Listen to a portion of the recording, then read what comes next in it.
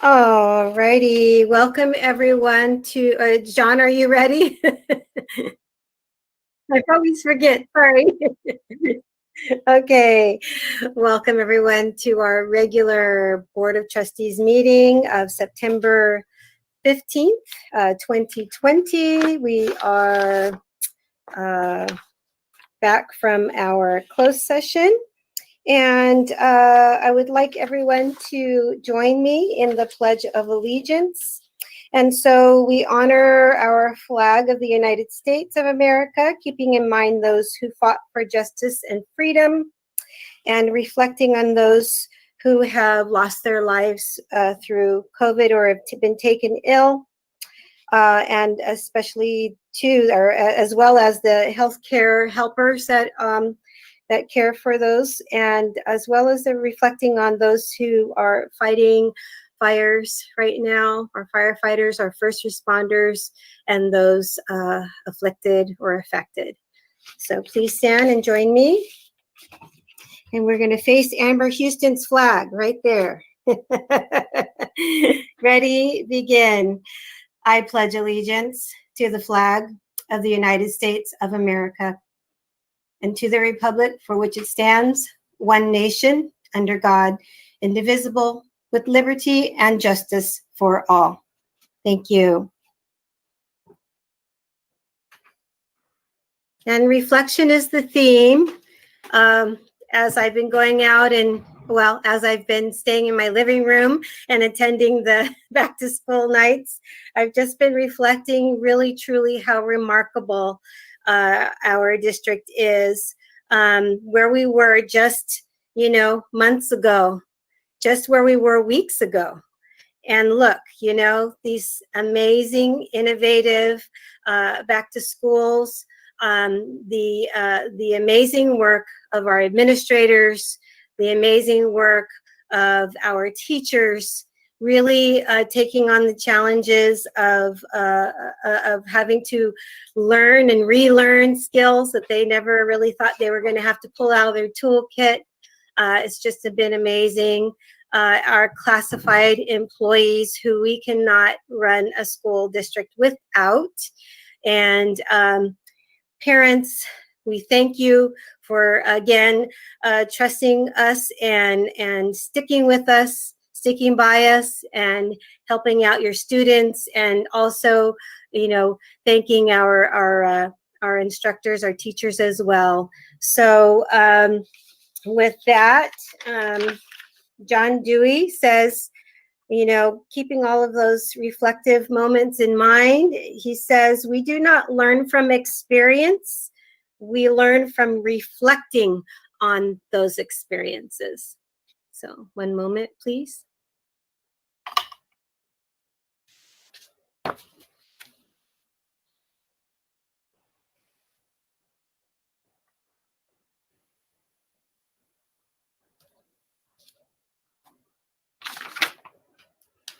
Thank you all.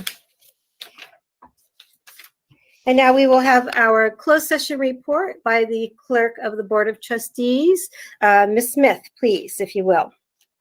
4.1, no reportable action taken regarding public employee performance evaluation, superintendent.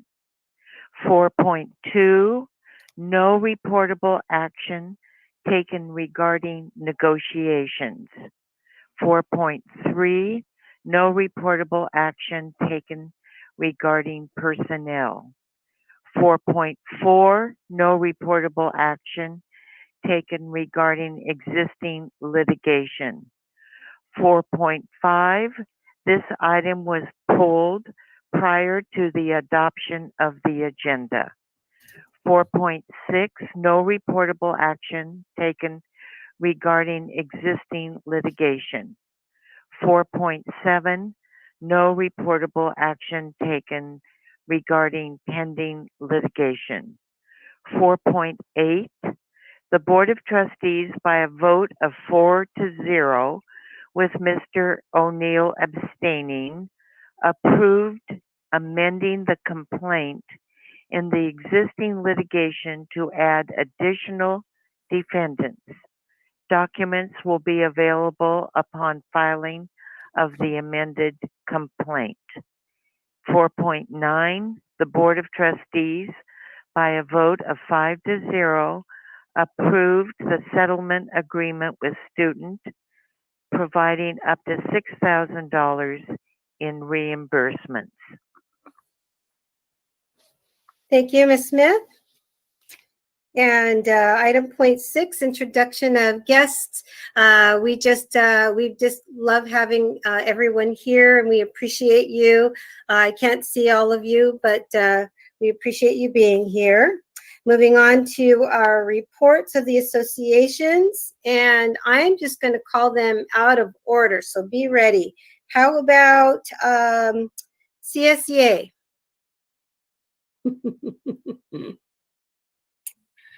Hi there. Well, there's not a whole lot to report. We're all working our little, what's off. Most of us are coming back to work, and we're coming in every day to the schools. They've got, Diane Gaeta has done a wonderful job, and Jennifer getting it all distance learning and for all the secretaries and everybody to be safe. So it's been really nice. I enjoy being back to work. And I know everybody else is enjoying coming back to work and seeing everybody, but yet staying away from everybody. So yeah, and I want to say I love you, Jennifer Root, and I'm sorry that you're leaving, but congratulations and good luck to you. And that's about it. Happy September. Happy September. Thank you, Sharon.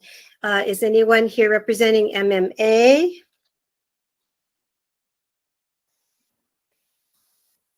Okay, moving on. How about AFSCME? Okay, anyone here representing APGA? I think I saw Brian. Is Sylvia here as well? Sylvia is here as well, but she has requested that I speak in her behalf, just simply because we're going to trade off at the next meeting. I would love to talk all day long about MMA, but I think we're here talking about APGA, and counselors are back. We're reviewing some of the data that we're seeing. The graduation rate has steadily increasing as we're cleaning up some of the tagging issues. We're also seeing an improvement in A through G requirements being completed. So just my colleagues have done a fantastic job, along with the teachers, making sure that students are taking the right classes and satisfying those requirements. So it's kind of a great day looking at all of that data, and I'm just looking forward to pushing through the semester and getting on to next semester.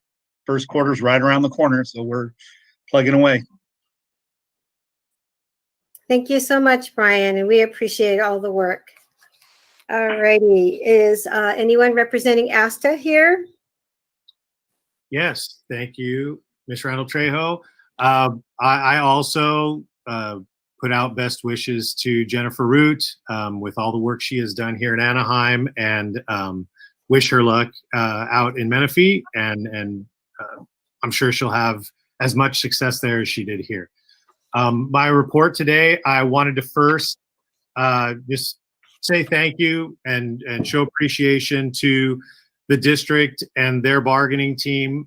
We had a ratification vote that was a mail-in vote, the first time we've ever done that in ASTA, and we finished counting the ballots last night and ratified the tentative agreement that we came to with the district's bargaining team. This was really, a completely unique set of circumstances with everything that was going on to try to negotiate a contract, through a pandemic and very uncertain economic times.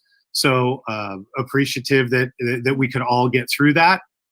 I also want to thank the work of the teachers and other associations on the insurance committee. We are again doing some great work to move forward through very uncertain times and manage to keep a program in place that really is, a crown jewel in management and labor working together to create something that is beneficial to everyone. And I think it really should be a national model for districts to look at as to how to provide benefits to their employees.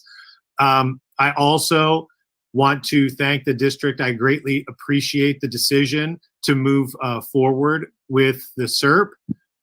We have a lot of just unsure times out there. There are a lot of insecurities of people that are working in certain age groups specifically that may have also underlying health conditions. And this is an opportunity for us to save money, provide people the opportunity to retire if they wish, and also keep all of our young teachers and employees and other associations with the district that have become so tied to the district and appreciate being here. I think it's a win all the way around, and I appreciate the district moving forward with that. Also, I just want to express the concern and acknowledge that the district is interested in this concern and trying to address the concern. We're about 5 weeks in now, and whether you're a teacher, another district employee, or students or parents, the mental health toll is starting to show itself in a much stronger way than it did in the first few weeks of the school year, or that it did in the spring when we were just coming to, when we were just grappling with this, and we had a hold harmless policy, and we were just learning about distance learning and how to implement it. And so I just encourage everyone to keep a close eye on this for the health and welfare of every employee, whatever their unit is, and every student, family member, community member that we come in contact with, that we are, intentionally making sure that we're looking out for the mental health and welfare of the people in AUHSD. And then finally, as we move forward, I want to make sure we continue all of the great work that Ed Division and the teachers of this district are doing to try to create not only a more robust and meaningful distance learning program, but also looking at any other possible teaching delivery models that we may have going forward in the future. It's so important that we are all working together to create these models, and that we are able to understand concerns that each other may have as we move forward, and make sure they're addressed before we step forward into any other model of educational delivery. I appreciate everything that's been done so far, and we need to continue to do this to make sure that we're doing everything we can for our students, teachers, and community. And with that, I apologize. When this board meeting got moved, it got moved to the actual day and time of our monthly rep assembly. So I'm just going to speak and head back to the meeting that I left. But I appreciate, as I said, the list of things that I had already covered, and look forward to moving together with everyone in the district to make sure all of these needs are addressed. Thank you. We appreciate you, Grant. We appreciate your time, and please tell all of the association members that we appreciate them, and thank you for tearing yourself away. I will, and I look forward to board members and cabinet members this year answering invitations that we're going to have to our virtual meetings so that you can come speak with us in person. Absolutely. Thank you so much. All right, and AXA.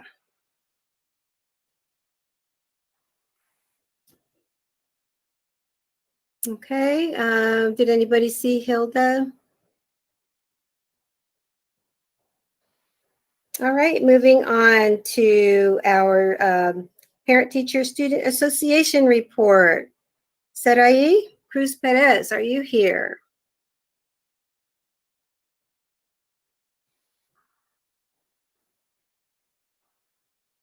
All right.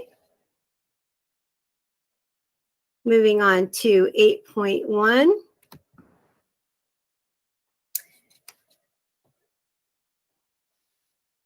So we are recognizing the TR Enterprises LLC of a donation of $10,194.90 to Kennedy High School CS Engineering Program.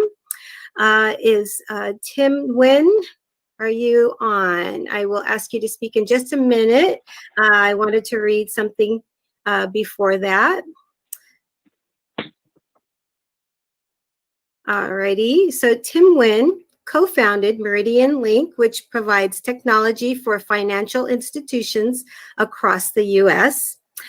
Being a computer science major, Mr. Nguyen knows how important it is to have the right tools and resources to accelerate learning and better prepare students for the real world.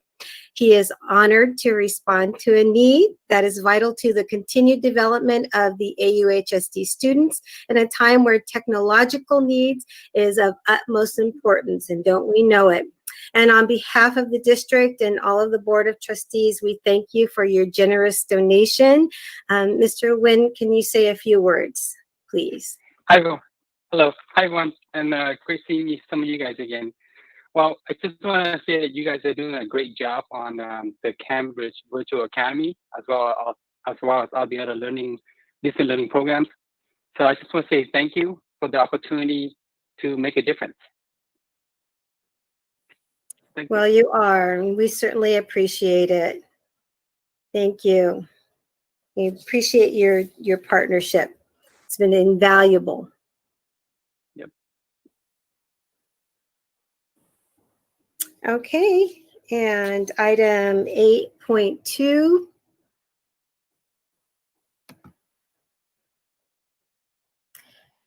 The OCDE English Learner Success Award recipients. So for the past 7 years, OCDE has honored local educators, administrators, community liaisons, parents who have championed the academic and social success of language learners.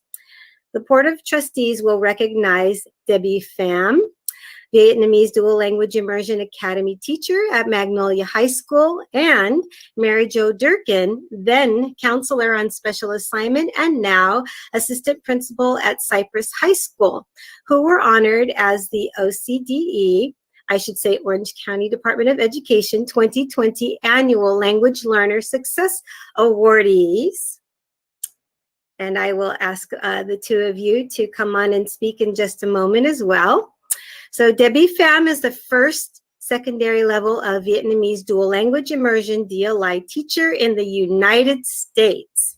She designed the Vietnamese DLI pathway based on feedback from inter and intra-district elementary students, parents who communicated that they would come to the Dale Junior High School and Magnolia High School Vietnamese DLI program if it integrated coding and computer science specifically. Not only does she teach advanced Vietnamese, but she also teaches AP Computer Science and mobile app creation in Vietnamese. She also secured a partnership with Amazon for the Vietnamese DLI program. And Mary Jo Durkin was our district counselor on special assignment, COSA.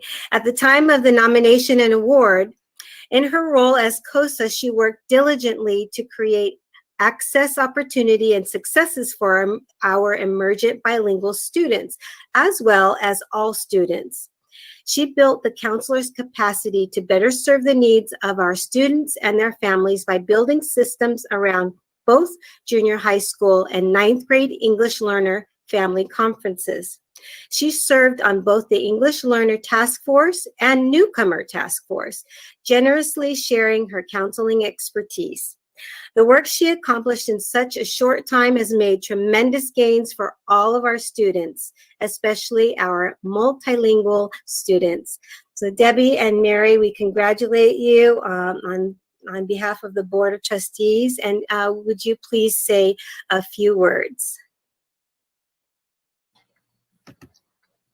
Go ahead, Debbie. Okay. Thank you very much, Anna Marie. Hello, everyone. It is such an honor for me to receive this award Yay. I am so grateful that Anaheim Union High School District gives opportunities for students to reach their full potential and teachers to shine. I would like to thank the Board of Trustees, Superintendent, Educational Services Administrators, and many others for your support with the Vietnamese Dual Language Immersion Program. Because of your support, I am able to perform my job well.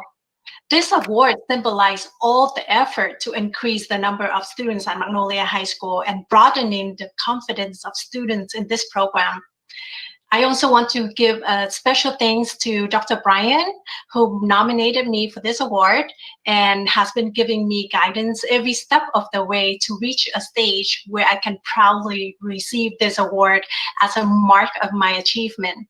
Again, thank you all for your support. Bravo.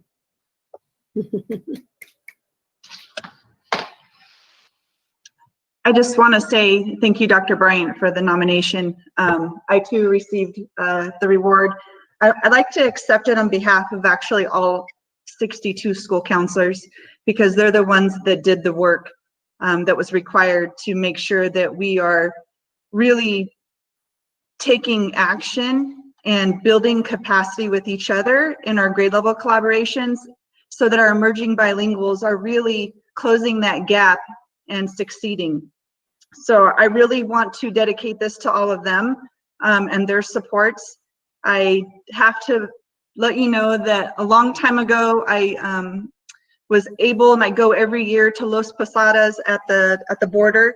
And every time going there, it's always held a special place in my heart, watching the nonverbal communication through that wall and families reaching out to each other. And I just have always had that piece of social justice to fight for those who are not very vocal or don't know how. So I have a big mouth, and I'm just the person to do that. So thank you to all of you for believing in me, and especially to the school counselors for their hard work and efforts in every piece of this plan that we put together.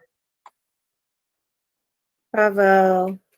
And board, I don't mean to leave you out. If you have any words for Tim or Debbie or Mary Jo, please.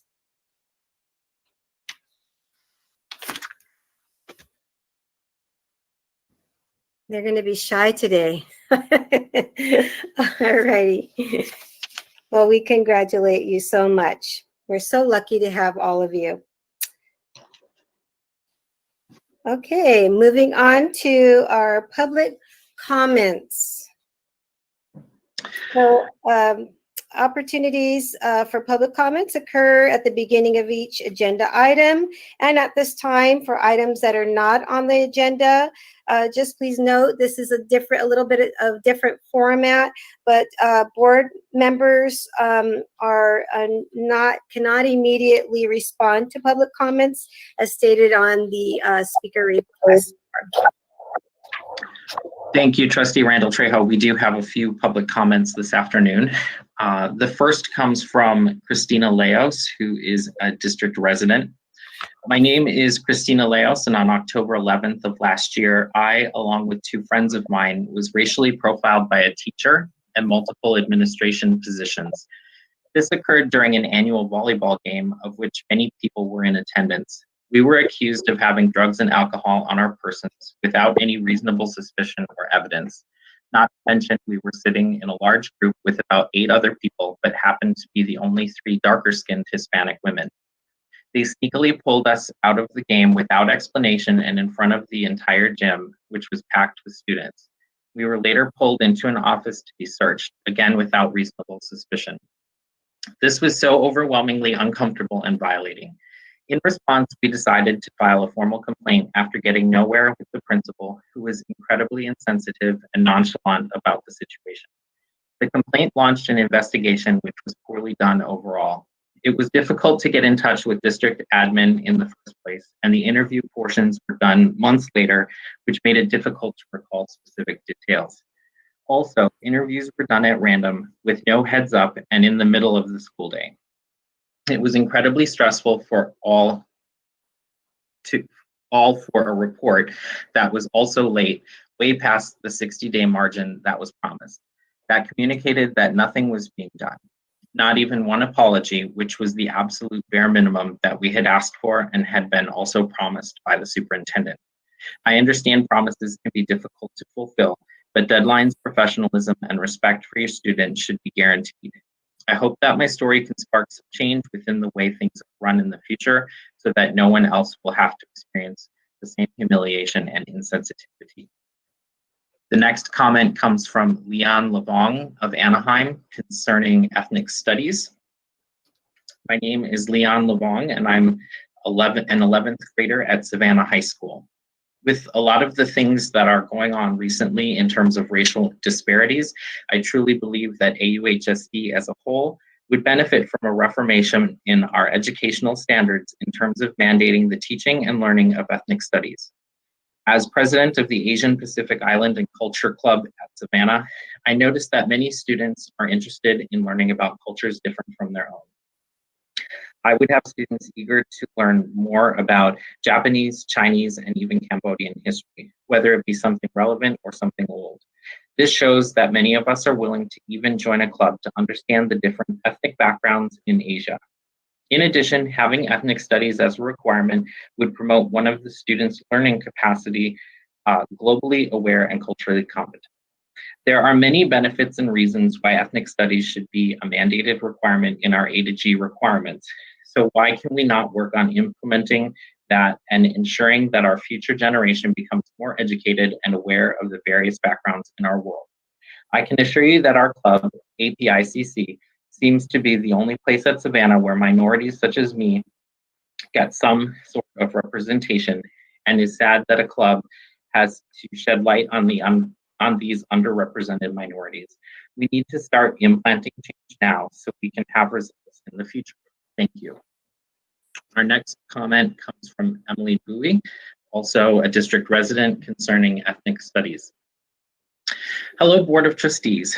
My name is Emily, and I am a class of 2020 graduate of Savannah High School. As the last couple of months demonstrated, our communities, including AUHSD, are far from adequate representation and racial equality. As someone who was a student of AUHSD for 6 years and a resident of the AUHSD community for my entire life, I do not feel represented by my history and English curriculum.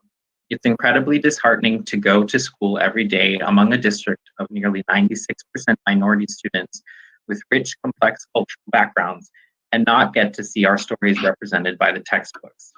As you have mentioned at previous meetings, the dual enrollment pledge allows all AUHSD students the chance to take ethnic studies classes. However, what you did not consider is that resources and accessibility are not equally distributed in the district. As a student at Savannah High School, I had not even heard of the dual enrollment program until one of my friends from Oxford Academy casually brought it up in conversation. My senior year, I tried to sign up for dual enrollment ethnic studies along with other classes to enrich my learning and help me financially in getting credits without having to pay for classes. I asked my classmates at Savannah about dual enrollment, but none of them knew about it either. I contacted my counselors who did not know where to start, let alone direct me to resources. On the other end, my friend at Oxford was consistently given resources and presentations about dual enrollment and was able to easily sign up for classes. Many students depend on dual enrollment to save them money because they cannot afford college classes and are struggling to make ends meet. And yet, it is only easily accessible to some. There are obvious socioeconomic disparities between different schools in AUHSD, but that should not reduce our opportunity to learn. Making ethnic studies a graduation requirement at AUHSD should continue to be prioritized and worked toward. In the meantime, making dual enrollment more accessible to every school can help bridge gaps and achieve equity for all students. Our next comment comes from Lena Nguyen, district resident concerning ethnic studies. Hello, everyone. My name is Lena Nguyen. I'm a junior that attends Western High School. As students, we're constantly focusing on checking off all the academic achievements required to graduate. We spend over a decade of our life by the time we graduate from high school. Throughout the years, we have learned a handful of important material that we'll need later on in life. However, such an important yet non-existing material in our school journey are ethnic studies. Ethnic studies, a field of study I didn't even know the existence of until recently. I have spent so many years in school only to find out what ethnic studies are outside of school. I can imagine that an overwhelming amount of students can relate to me. With the recent popularity boost of Black Lives Matter on the internet, we are becoming educated on social issues. However, why must it be limited to social media, especially since we can do so much more? The internet's attention span is short-lived. Its fast-paced, trending topics and eye-catching titles are the things that slow us down a bit. Black Lives Matter has always existed, but only when it's trending, that we pay attention to it. However, these important pieces of information leave our memory as quickly as it came to us. It's not to mention that by the time a story is seen by a wide audience, a terrific situation already happened. We then all post our respects to the people. While I agree that it's important that we share this information, why are we only doing something when it's too late? Why can't we do something to prevent these stories from occurring in the first place? We must not wait for something to happen until we act. We must act so it doesn't happen. Ethnic studies are something that would only benefit students. To learn about it will only educate us on why we must not just blindly accept life that is life. Social issues come in different forms. Racism is not just slavery and slurs. It's so much more than that. And sometimes it blends into our everyday life because it has become so normalized. We must not only care when racism is at its extreme form. I mentioned racism, but there are so many other social issues. Within the example of racism itself, there are so many forms. It's not just clear cut. With our current plan of distance learning, we can inform students by adding it to their high school schedules, emails, presentations, and counseling. We need to use our current style of learning to our advantage, not as a disadvantage. I'm in the Dear Asian Youth chapter in the Santa Ana Irvine area. It is one of the 100 plus chapters aiming to educate, celebrate Asian culture, and spread activism. It took time to find an organization that would best suit my passion, but DAY would have to be it. This location has recently been established, but I hope to do my part in expanding it. I've been keeping in contact with the leader of that chapter and other leaders. Joining my school's VSA has really helped me become more confident with my Vietnamese American identity. I've always been secretly proud of my culture, but too shy to show it off. I'm nothing but grateful to have spent hours practicing for a performance, attending weekly meetings that the club hosted pre-corona, and getting to meet all VSA board members throughout Los Angeles and Orange County in the VAHSA virtual meeting. I'm the most confident in my identity as ever and want to get to share my culture with everyone else. Thank you for your time. The next comment comes from Sharon Kim, a district resident concerning ethnic studies. As a current Oxford Academy senior and AUHSD student, I feel that it is imperative that the district not only understands, but also emphasizes the importance of implementing ethnic studies courses as a graduation requirement. It saddens me to see that the same high-achieving peers who excel in all courses of study are also either violently racist and homophobic or simply uninformed. Pushing for required ethnic studies courses would combat this issue and raise students to be more compassionate, empathetic, and socially aware as functional members of society. Hatred and misunderstanding stem from ignorance and apathy. So as a district with a high population density of people of color, it is our collective duty to continue the ongoing discussions and efforts to meet the demands and needs of our students. Please know that this cause will be watched closely by countless concerned members of AUHSD like myself, who will continue to push for ethnic studies as a graduation requirement until students are receiving the proper education on history that we so deserve. The next comment comes from an anonymous district resident concerning ethnic studies. Being a Hispanic student at Oxford, I've come to realize that a significant amount of students are uneducated on cultural differences and can harbor a lot of ignorant beliefs towards my culture. I've heard it all, from a guy calling us wetbacks to the deportation jokes to saying Mexicans can't do math, and have even heard racist comments from teachers. Every other Hispanic student at Oxford I've talked to has had similar experiences, either with microaggressions or just blatant racism. I know this specific part of the culture at Oxford isn't really talked about, but I can assure you it's there. I believe that having ethnic studies be a graduation requirement would be one of the most effective ways to combat this through direct education, and feel that it's an important, necessary step in fixing this problem. Our next comment is from An Ha of Anaheim concerning ethnic studies. Good afternoon, Board of Trustees. I have faith that you and other staff in the district are working hard to get ethnic studies as a graduation requirement at AUHSD. Even as our circumstances continue to be difficult, I really want to remind you of how much this ongoing effort really means to me and other students across the district. Back in July and August, when we first voiced our requests, we mainly only had voices from one school.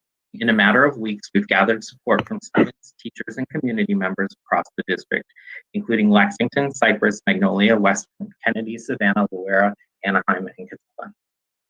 As I recount my interactions with students across the district, it seems that we all have as much in common as we have differences. There are no words to describe the overwhelming sense of both joy and sadness of dozens of students, some miles and cities apart, coming together because they feel that their identities have been suppressed. It's so important that the board and members of the task force keep the momentum going and prioritize this goal. As it has been said before, getting ethnic studies as a graduation requirement is certainly not an overnight project. While having ethnic studies offered through high school courses is still a work in progress, a few sites do offer this, while the entire district is a part of the dual enrollment pledge. For many schools, the resources given about dual enrollment do not demonstrate equity.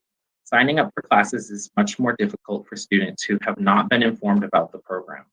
Furthermore, most ethnic studies courses are offered as special admit for high school students, which means that they would typically have to find transportation to Cypress or Fullerton College. Dual enrollment alone as a gateway to ethnic studies presents many obstacles that can be combated by increasing accessibility.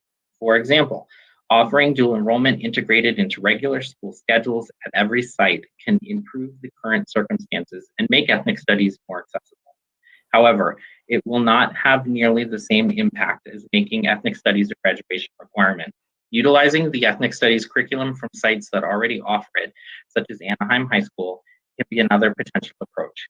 We really want to contribute and promote progress as much as we can. Today is the start of Hispanic Heritage Month, and the majority of AUHSD is made up of Hispanic and Latinx students.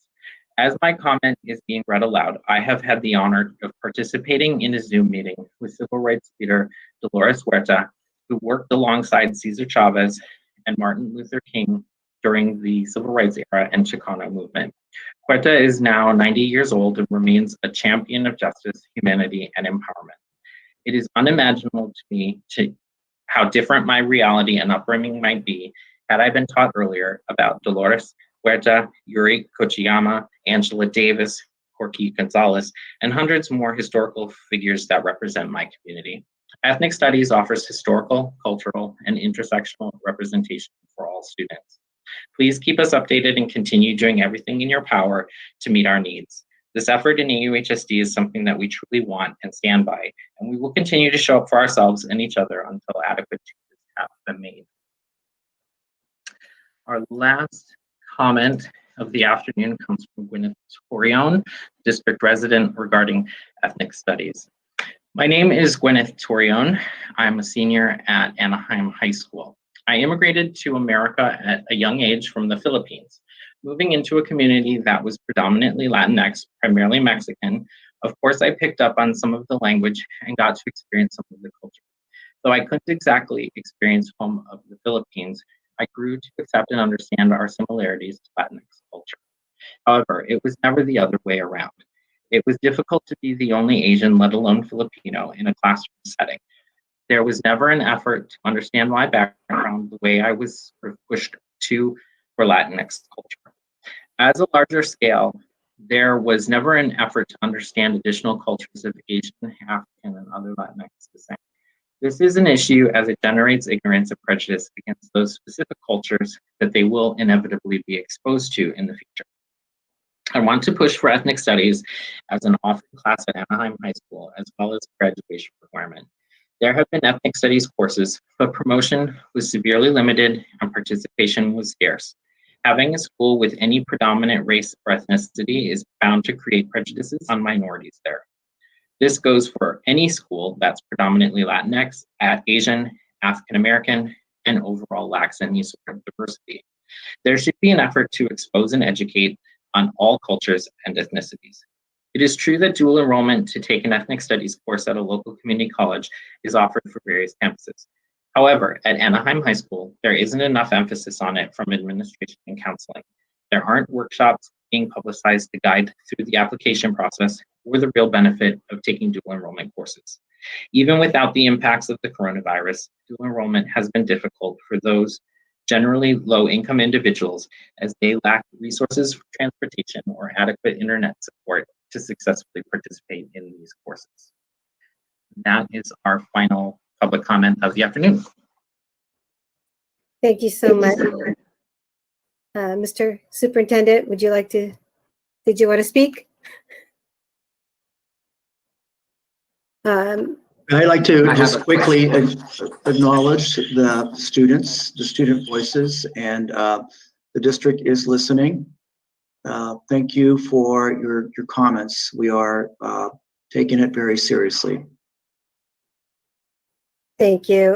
Mr. Jabbar? Yes, I know board members don't usually comment on public comments, but I have clarifying questions. First of all, like the superintendent said, I'd like to acknowledge, I think it just makes me proud, and I'm sure all board members will probably say the same, just the amount of thought and significant, relating to issues, how you advocated for yourselves, and not only yourselves, but also future generations. So if you're listening, thank you for doing that. Second, I'd like to ask a clarifying question from Carlos or Jaren, if possible, regarding the accessibility to dual enrollment. And my understanding was that there is access to dual enrollment at Savannah as well. So Carlos, if you could kind of chime in a little bit and let me know, because I think that's an issue that we could figure out on our end. If our students are not having the opportunity to enroll, then I think that's an issue that we need to make sure that we are identifying our counselors and our folks in each of those settings to let them know that we have the access. So Carlos, if you can chime in a little bit. Sure. Good afternoon. I know that our dual enrollment structures across the district, both with Cypress College and Fullerton College, both partners, there are courses available across the classes or across the district. The challenge is getting those courses filled. So if we don't fill them, we can't continue with the course, and that is, per the Cypress and Fullerton College. So so if it's recruitment, then working on that. If it's filling the course, then let's get the word out collectively. But also there is a rotation of courses that we offer across the content or across the district that specific courses are offered at various times and depending on the season. I know if I had the dual enrollment schedule in front of me, I'd be able to tell you exactly how, where the dual the ethnic studies courses are offered. But those are the two challenges. Can I chime in, please? They are offered at every site, Mr. Jabbar, but there is an issue regarding the number of dual credit courses offered at Cypress College versus Fullerton College. And we are currently working with the chancellor and the college presidents on access for across the district. So it's a very good question, and we are working on that. So it's a bigger issue, and we will have more information for the board in the coming weeks. And then, so to answer the question in terms of this semester, ethnic studies is being offered at Savannah this semester as we speak. Yes. Okay, let's try to make sure that we actually get the issues resolved with Fullerton College, and then also make sure that we as a district are being very pointed in making sure that students know that they have access to it, and especially with the current surge of folks wanting to have ethnic studies. I'm sure that we won't have an issue filling those classes. So thank you. Thank you, Mr. Jabbar. Thank you, Mr. Hernandez and Superintendent Matsuda. Yes, we're not really allowed to speak, but clarifying questions are poignant. But I'm just going to make a comment that we are hearing all of the things that you're saying, and while we like to think that we do things well, there's always room for improvement. So we heard and we were taking notes diligently to all of the comments and all of the concerns that you shared with us.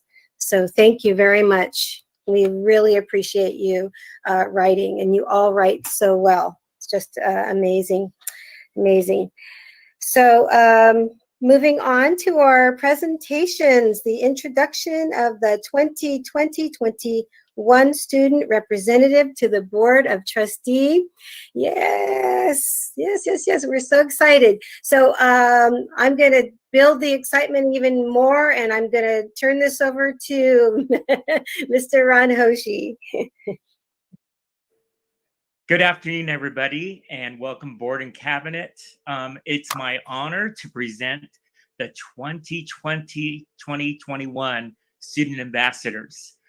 Before having the students introduce themselves and give them the opportunity to tell a little bit about themselves, I wanted to give you some information about the ambassador program and also introduce my co-advisors, Mrs. Amber Houston, principal at Oxford Academy, and Mrs. Jennifer Brown, principal at Walker Junior High School.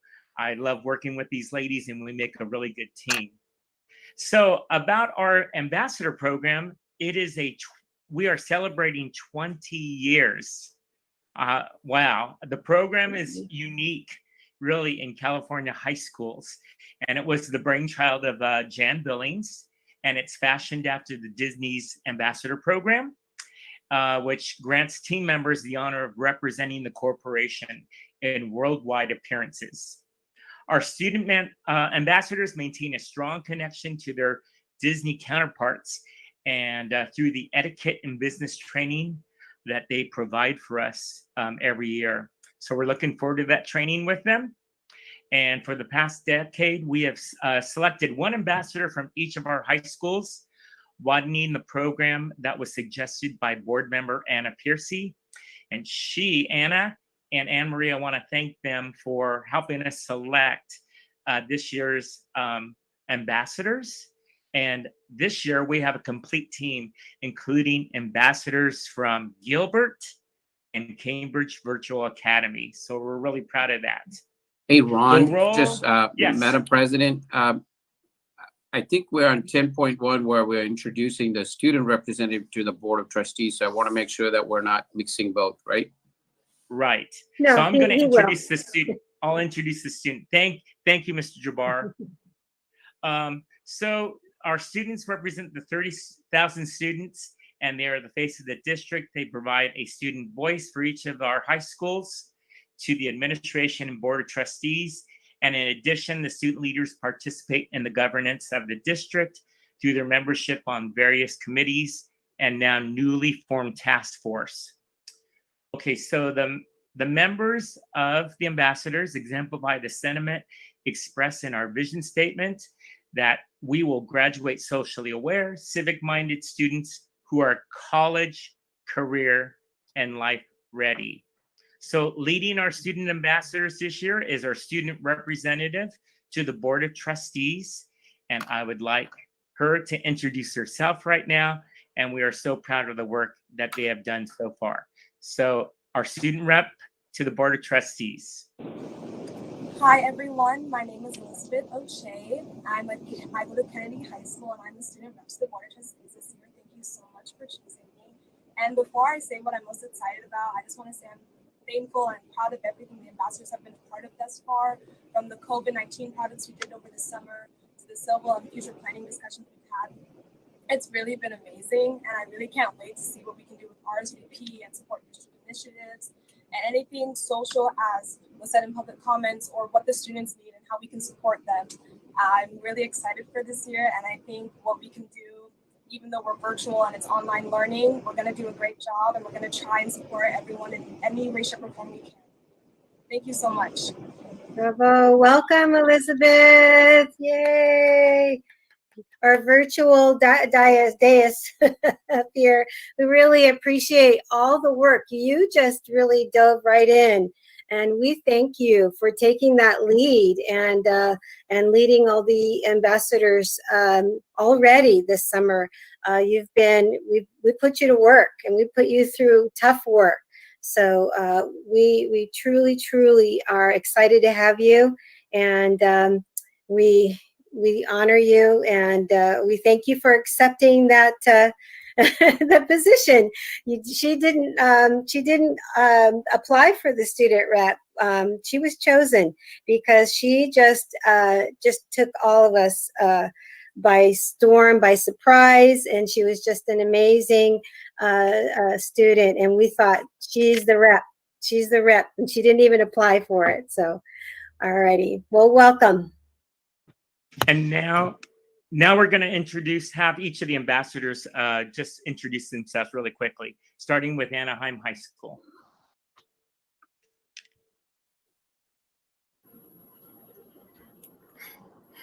Hi, hello everybody. My name is Dulce Martinez. I'm the student ambassador for Anaheim High School. And what I'm looking forward is to learn from each other, like me from the other ambassadors and from board members, so I can be a better person for my school, but also for the community. So I'm just looking for new experiences and to be well-rounded on the academic aspect of being a leader, but also of just being a great leader in different aspects as a person. Thank you.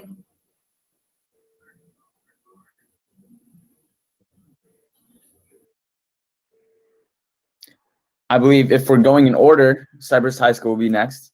And my name is Samuel Bingham, the student ambassador for Cypress High School. And I wanted to thank Elizabeth, Mr. Oshie, the team, everyone on student ambassador. I'm really excited for this year. And one thing that in specific I'm looking forward to is just really getting to work with everyone. You know, all these amazing people that I really would not have had the opportunity to work with before. I'm really grateful to have that chance to do that this year, and I'm really looking forward to it. Thank you. Hello, everyone. My name is Nathaniel Ibarra. I am from Cambridge Virtual Academy, and I'm looking forward to just bridging the gap between the district, Cambridge, because it's a new school, and the community. I'm just looking forward to creating all those tight bonds. Hi, everybody. I am Aaron Ngati, and I am the student ambassador for Gilbert High School. One thing that I'm looking forward to is being able to help my peers during this, dramatic experience, having transferred to online learning. As I know it's a difficult process for everybody. And so what I want to do is I just want to help my fellow peers during this time of need and basically help everyone, settle in during this time. Hi everyone, hope you guys are doing well this afternoon. My name is Denise Martinez and I am from Catella High School. I'm the student ambassador, and this year I am looking forward to meeting new people, and I'm so excited to work with them along with my staff on campus and building a better relationship with them. In addition to this, I look forward to making an impactful change on my campus and getting students to not be afraid, choose their voice to make a difference on campus and in their community. Hello everyone, my name is King Liu and I am the student ambassador from Kennedy High School. I look forward to stepping outside my comfort zone to speak in front of a large audience. Good afternoon everyone, my name is Russell Stan, the Loera AHC ambassador, and I look forward to becoming a more active role in my community through helping students by recognizing their issues, addressing their issues that they may face.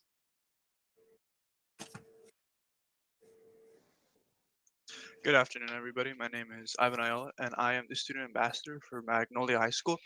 I am looking forward to the barbecue we were promised, and also creating new memories with both the district and our school site, and every single student ambassador here. Thank you. Hello, everyone. My name is Fashion Castillo, and I'm from Oxford Academy. I'm the Oxford Academy Student Ambassador.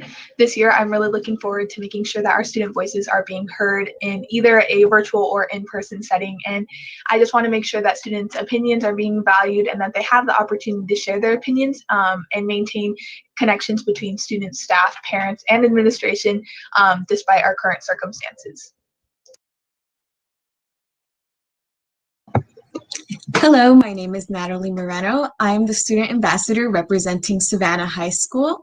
Something that I'm looking forward to is creating and developing new virtual projects, such as the COVID-19 project within our district and within our school.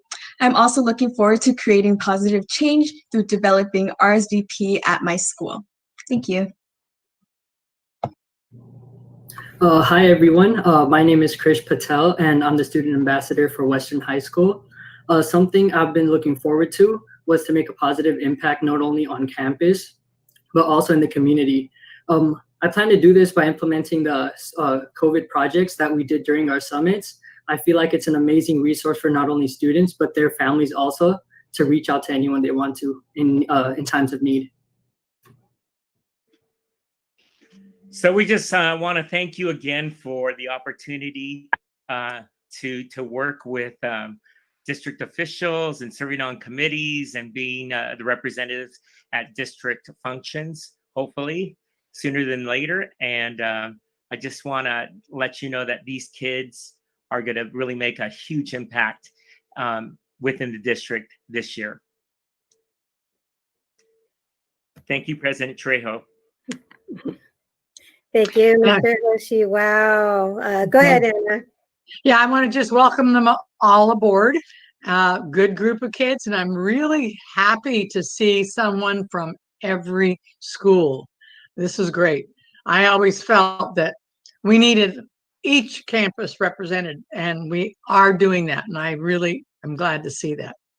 Here's to a good year to all of you. Enjoy and really learn, and I think you will really appreciate the experience that you will have during this school year. Even though it's starting out virtual, it will be different.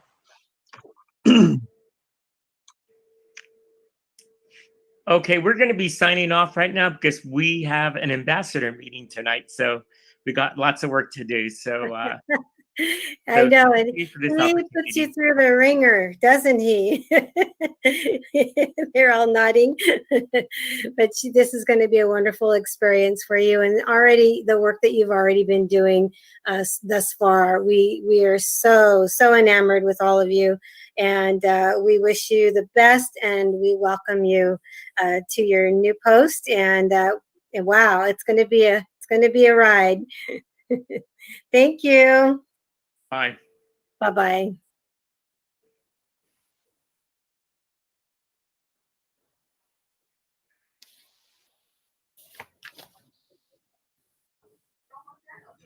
Okay, moving on to item 10.3, learning continue. I can't say this word. Continue. You can't say it either. Continuity. There you go. You have to think it. So an attendance plan, this is not the LCAP, right? No. All right, moving on, Dr. Freed. Thank you, Board President Randall Trejo, and good afternoon, everyone. Thank you for the opportunity to present this afternoon. Before I turn it over, and actually I'm going to share my screen, before I turn it over to Mr. Colon, my partner and teammate, I would be remiss if I didn't first acknowledge the great work of Manuel Colon and our Director of Special Programs, Joe Carmona, for leading this process. I will tell you, it was not just incredibly inclusive, but at times quite festive, where you might see dancing taking place in some of these meetings. So they did a remarkable job leading our stakeholders through this process. And although you heard a lot of some of the things you're going to hear tonight already, they're going to share a lot about the process we went through to engage with our stakeholders and get the results that we got. Also, before Manuel turns it over to him, just like the last time, we respectfully ask if you have questions to kind of hold tight till the end, because some of the questions you might ask will be answered through the presentation. And also, just so you know, we have many of our ed staff directors here on the call. So at the end, if you have specific questions on things that they oversee, they can also give you a detailed response as well. So with that, I'm going to go ahead and turn it over to Mr. Colon, and I will share my screen. Thank you, Dr. Freed. Madam President, board members, and cabinet. First of all, I'd like to thank you all for all of your support. As you can imagine, when we get things on an ongoing basis from the state, we do the best we can to make sure that we are following through. I also want to thank Mr. Carmona, our Director of Special Programs, really has led the way in terms of the accountability pieces that we have put in place. Our Ed Division directors who have facilitated the process for engaging our stakeholders as always doing a magnificent job. Our teachers and our Opening of Schools Task Force members, over 50 members that are part of that task force that have been diligent in terms of ensuring that our students, our staff, our community, when it comes to our schools, not only have the best out of all of us, but also are safe in terms of that. So thank you to our Opening Schools Task Force members and our Opening School Task Force teacher input group. Also, when we did the stakeholder engagement, we had over 150 stakeholders who joined us, again, in a very short notice and wanted to be a part of this conversation. We had one night a week for 3 weeks, and they kept coming back. So thank you to all of our stakeholders. And as Dr. Freed mentioned, we wanted to remind you that many of the things that are in the learning continuity and attendance plan, you've been hearing.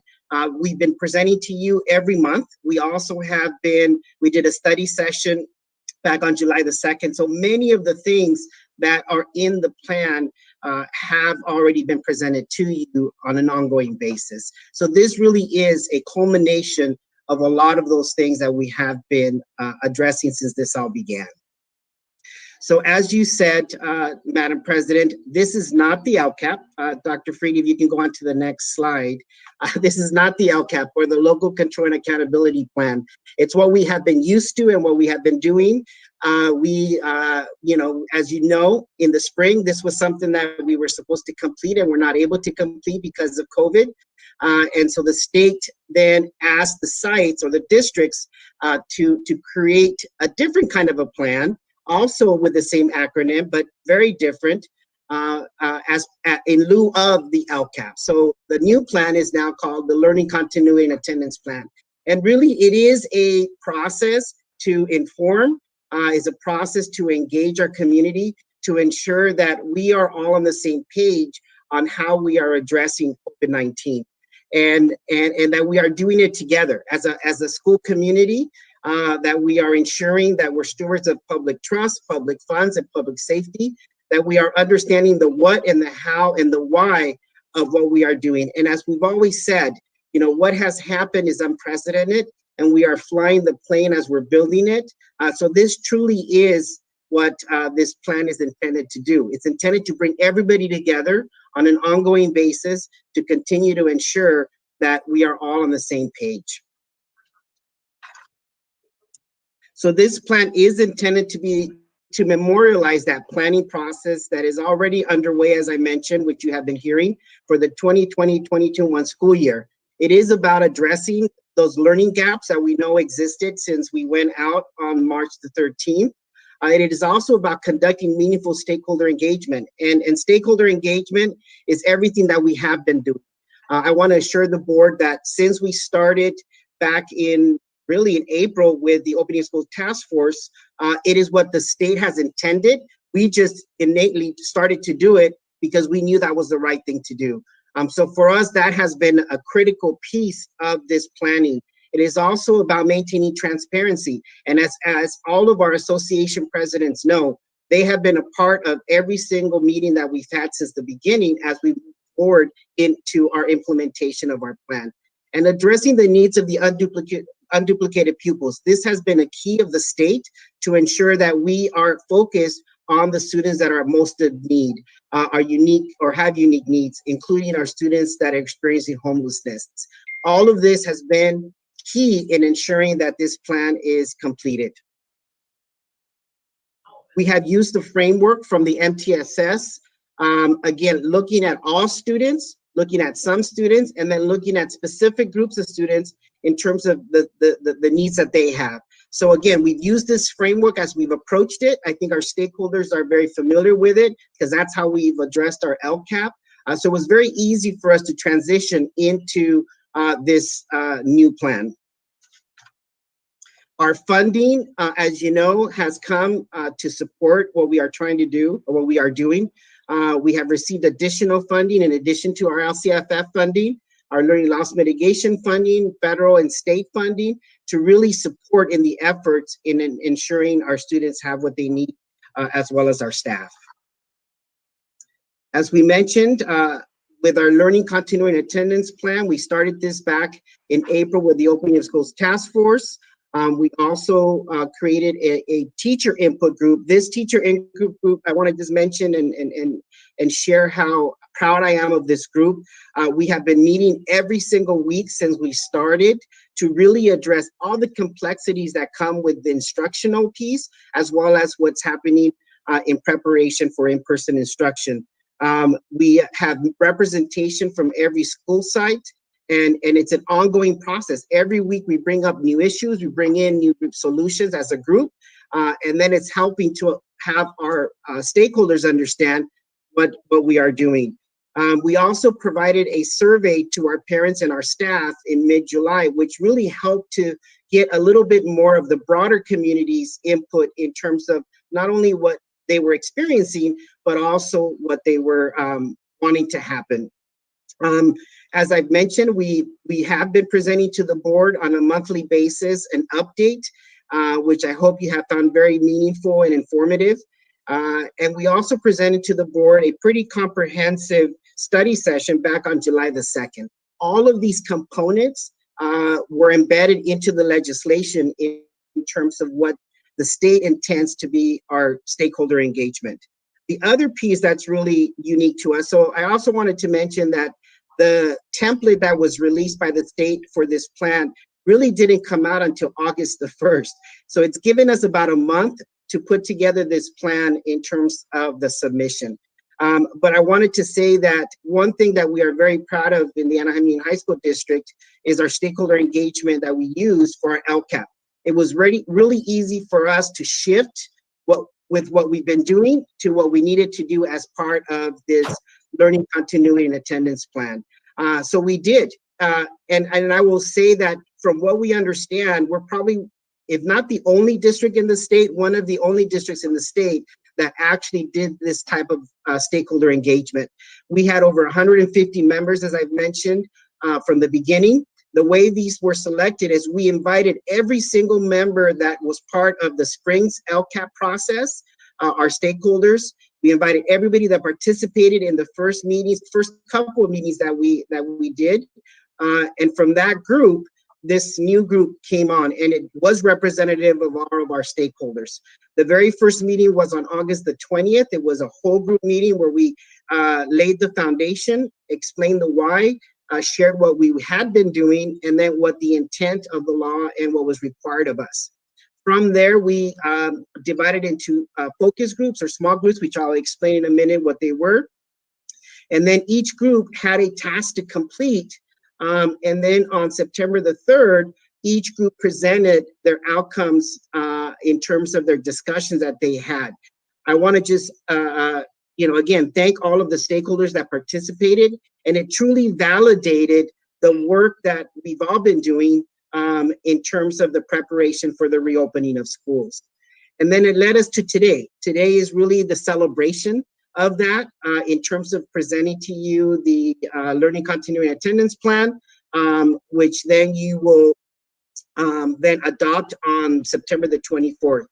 We are required then to submit it by September the 30th to OCDE, which then will forward that to the state. So that's the statute of the legislation.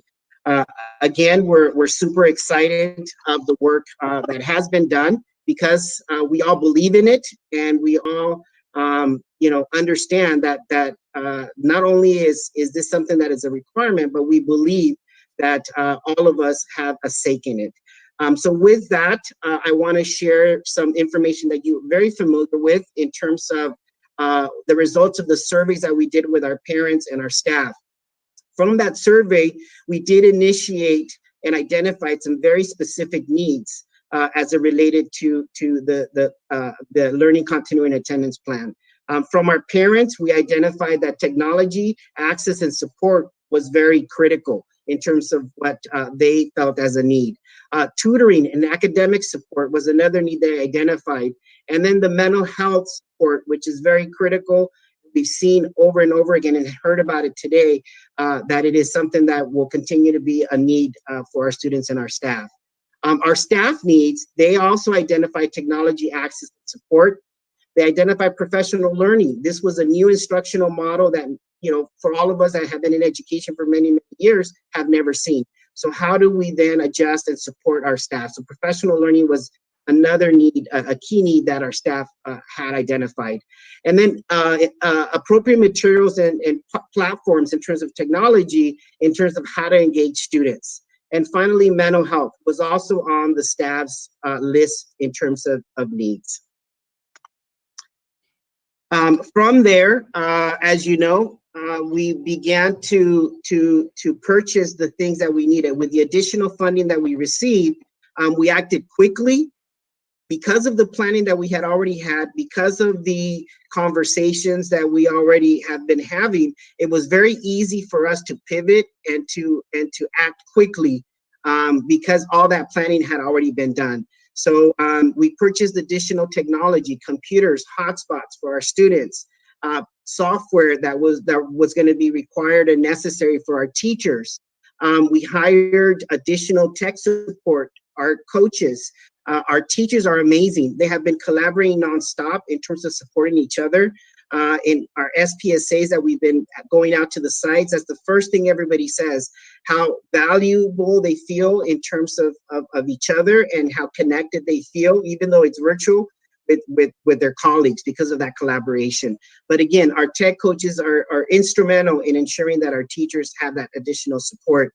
An upgraded phone system in terms of accessing remotely.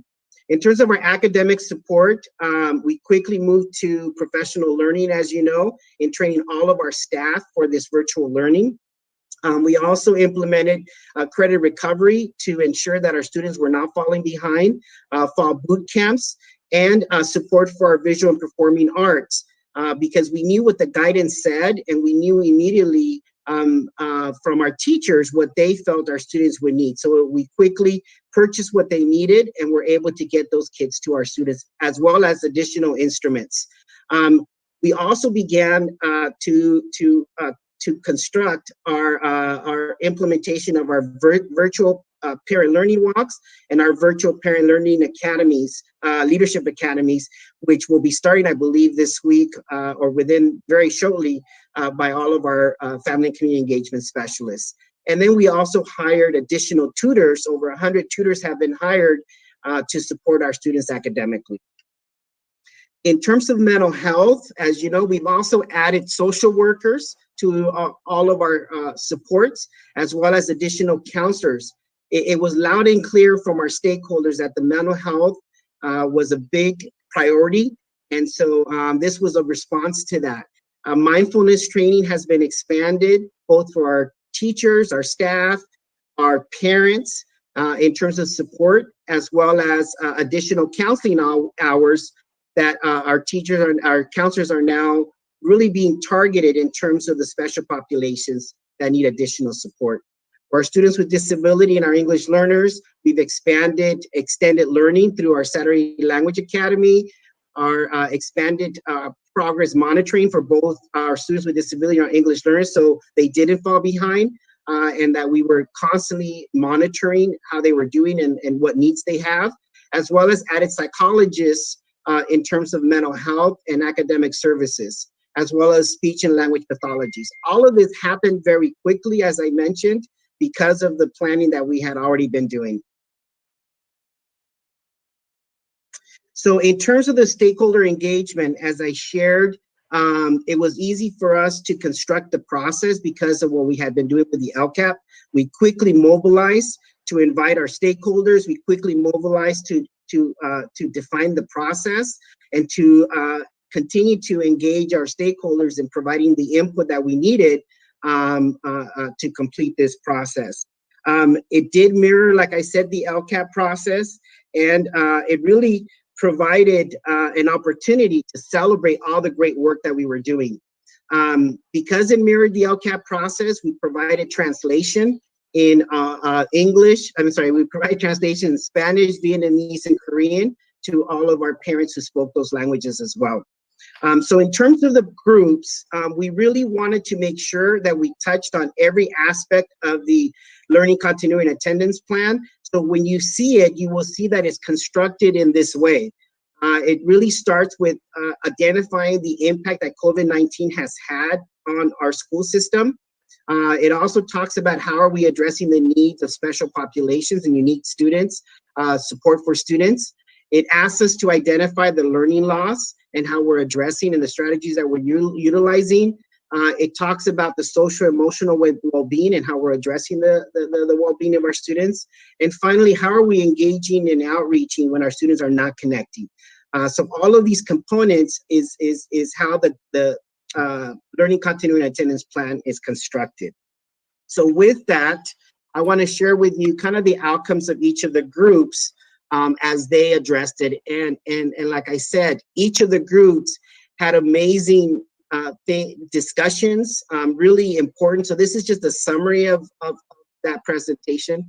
But for group one, really, it came down to the mental health issues that all of our stakeholders were feeling. Our students, our staff, our families, our community, we're seeing it constantly, obviously, in the news.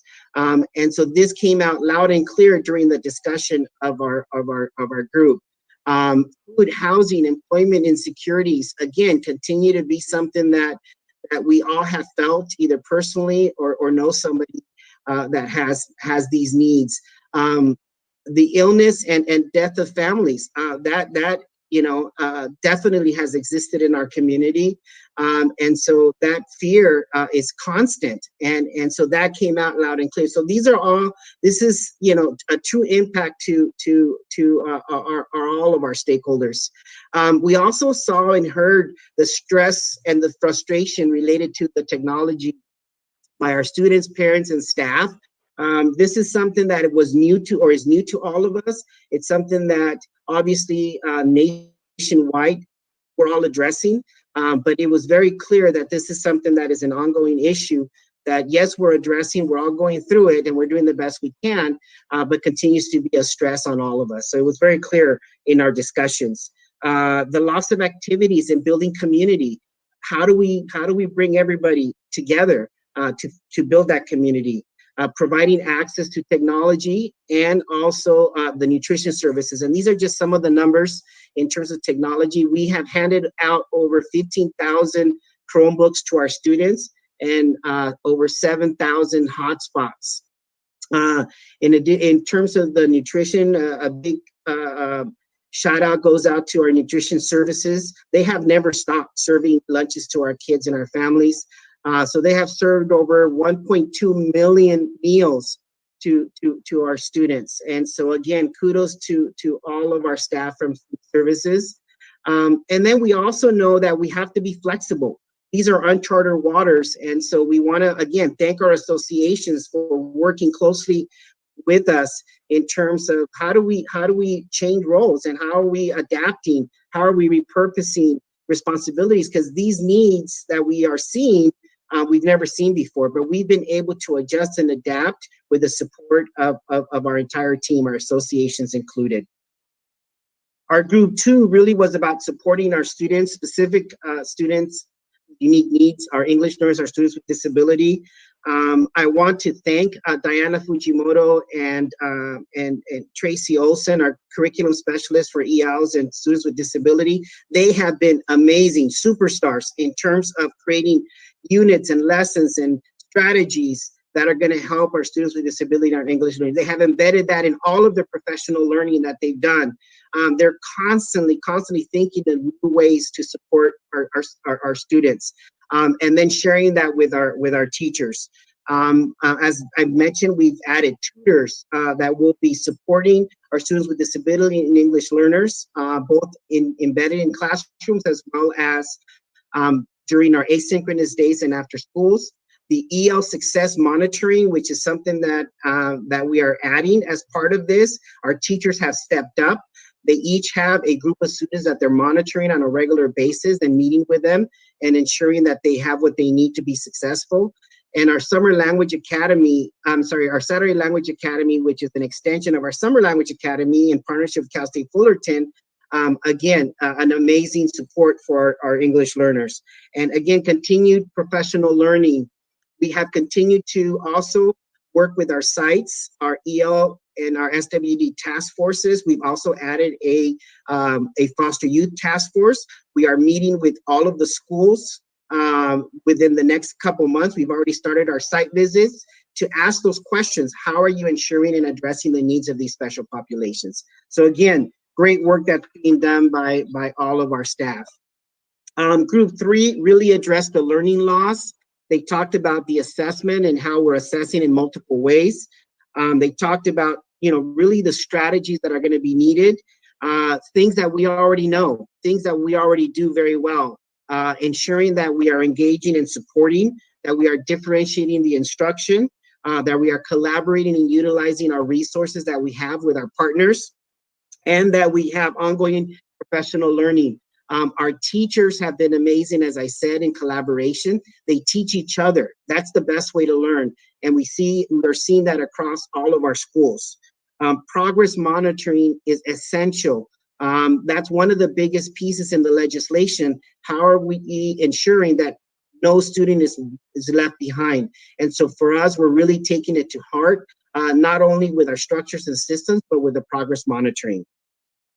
In group 4, social emotional well-being, again, because of the additional services and supports, we are very mindful. The work that Dr. Cruz has been doing is amazing, establishing our mental health task force and really figuring out how do we support, how do we continue to support, how do we continue to provide professional learning to our administrators, our teachers, our staff, to ensure this support. But we are being very strategic. Our counselors, our social workers, our psychologists, all of them working together in being very strategic and being meaningful in the work that they are doing in supporting our students. And finally, our engagement and outreach group really talked about the engagement piece.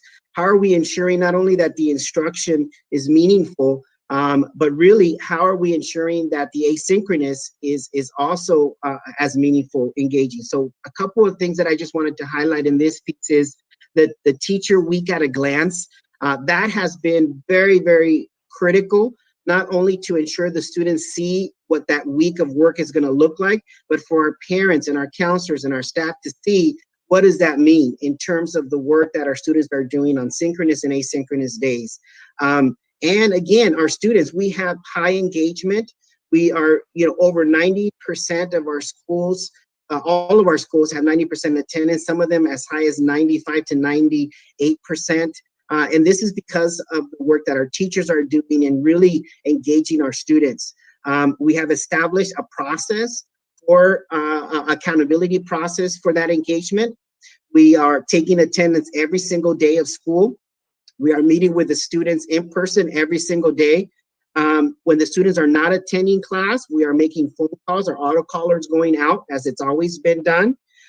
If a student doesn't attend a full day of instruction or full day of synchronous, we are making phone calls, live phone calls. We are calling every number we know on the emergency card to make sure that we know why the student's not logging on to their synchronous classes. And then if that is not working, we already have a plan in place to do home visits. We are doing attendance home visits, going out and knocking on doors and saying, you're valuable, your education is important, we want to make sure you're engaging. What can we do to support you? And so we are doing home visits to, again, when the phone calls haven't worked, we are doing home visits. And we are continuing with our EMT process when we know that the needs are much greater. So our social workers, administrators, counselors are problem solving our most neediest kids in terms of how to support them. So with that, that is our plan. Super excited to share that with you. And at this time, if you have any questions or comments, our entire Ed division is here to answer that. Thank you. So I'll just go in order. Mr. O'Neill? Yeah. Manuel, earlier in your presentation, you mentioned that the task force was receiving issues back from the various schools. What type of issues are they hearing from the schools? So I believe the one you're referring to is the teacher task force. So the Opening of Schools Teacher Input Group. So it's everything you can imagine. You know, in some cases is the issues with technology and how to address that. In some cases, they're talking about how we are preparing for the in-person instruction and how we're coordinating the social distancing within the classroom. We are talking about grading and how we are grading in virtual learning. You know, they were the ones that had a long conversation about the week at a glance and how to create a structure that's going to work for everybody. So just about anything any of our teachers out in any of our schools is having, they're bringing it to this group. And that's why I'm saying I'm so proud of them, because they truly have taken this to heart. They are problem solving together, and then they're taking it back to their sites and helping their colleagues understand, you know, how best to deal with our current situation. Okay, thank you. Mr. Jabbar? I have questions, but I'll wait till the other two board members go, and then I'll go. Okay. Ms. Piercy? I don't really have any questions. I just think it's a good plan, and I know it's difficult, but so many of the teachers have come up to the plate. In all my back to school night visits, I'm clicking on these teachers, and they've got all this stuff there, you know, putting forth. They've done phenomenal work. They've really gotten in there. It's a lot more work. You know, just this weekly at a glance is a lot more work. You know, they got to sit and plan that out and hand that out to the kids more, you know, virtually. But I think it's a good plan, and I'm very, very happy with what you put forth. I think there's a lot of thought that went into that and a lot of input. So that's my only comment. I don't really have any questions. Thank you, Ms. Piercy. Ms. Smith? Well, I want to thank Manuel for a comprehensive report. And I know this has been very difficult for everybody involved. And the information that comes to the board from the superintendent in the materials that he imparts from week to week, what's going on. And I just want everybody to know how grateful I am for all the hard work and diligence that you've put into it. And I wish you all well. Thank you. Thank you, Ms. Smith. I'll ask my questions now.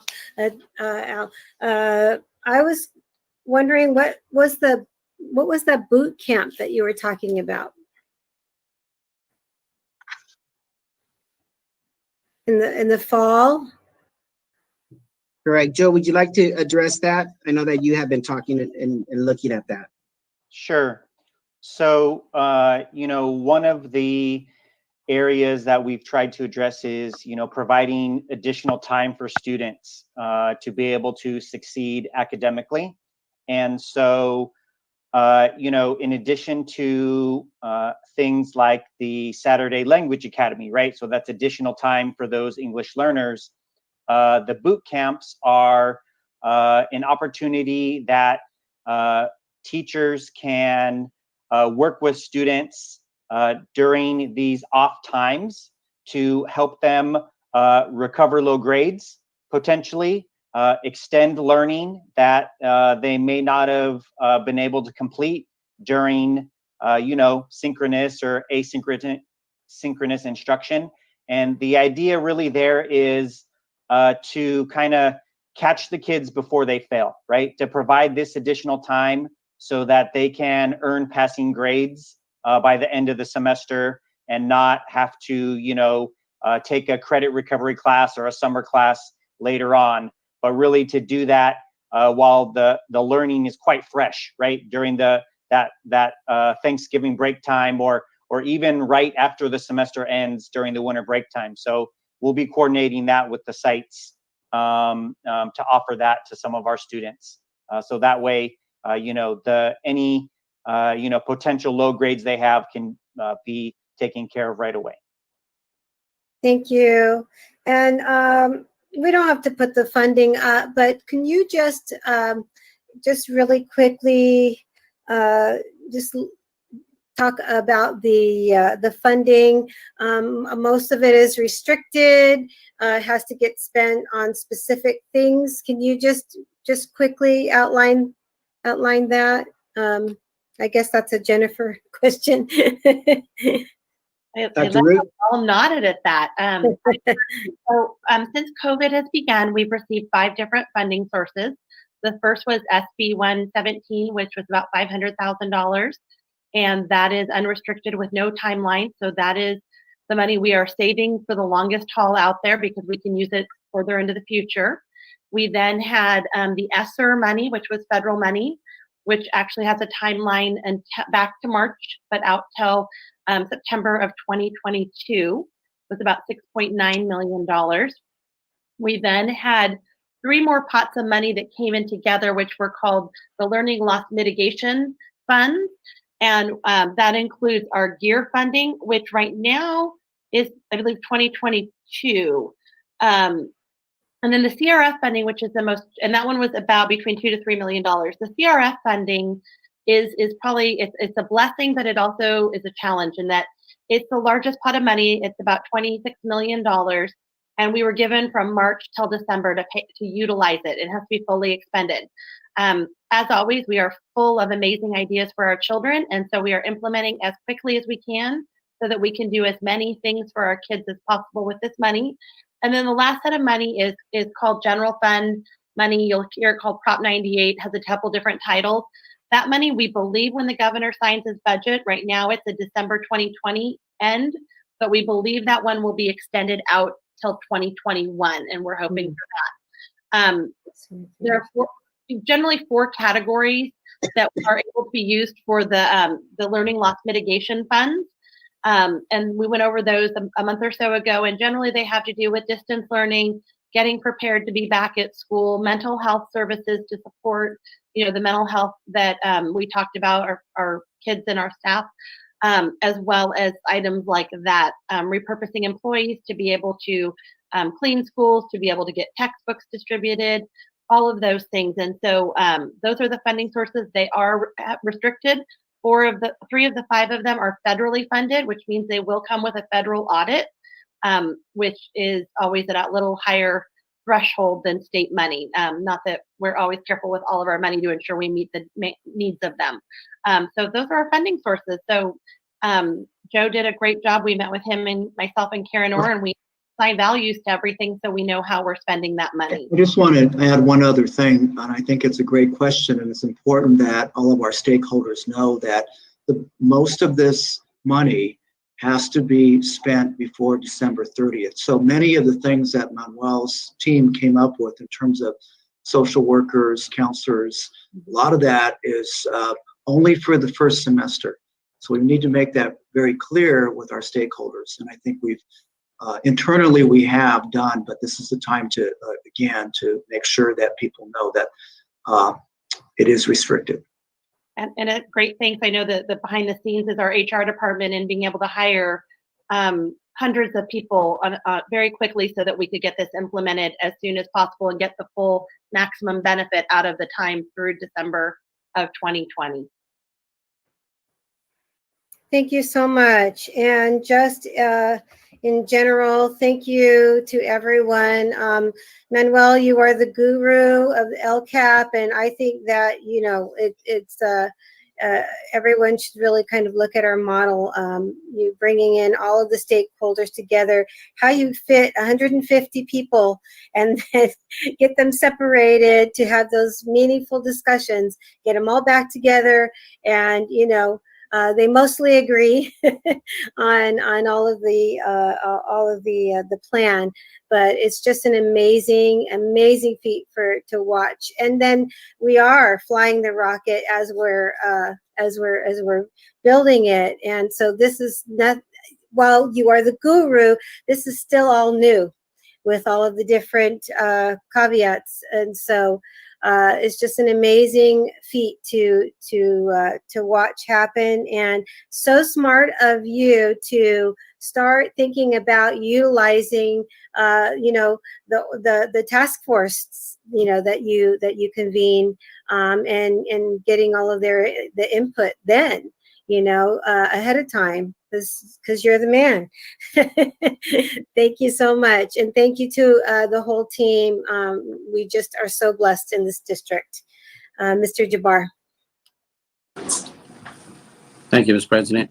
I'll pick up where Jennifer left off and ask a couple of quick questions. Jennifer, in terms of, you mentioned 3 of the 5 were federal funded and 2 were state.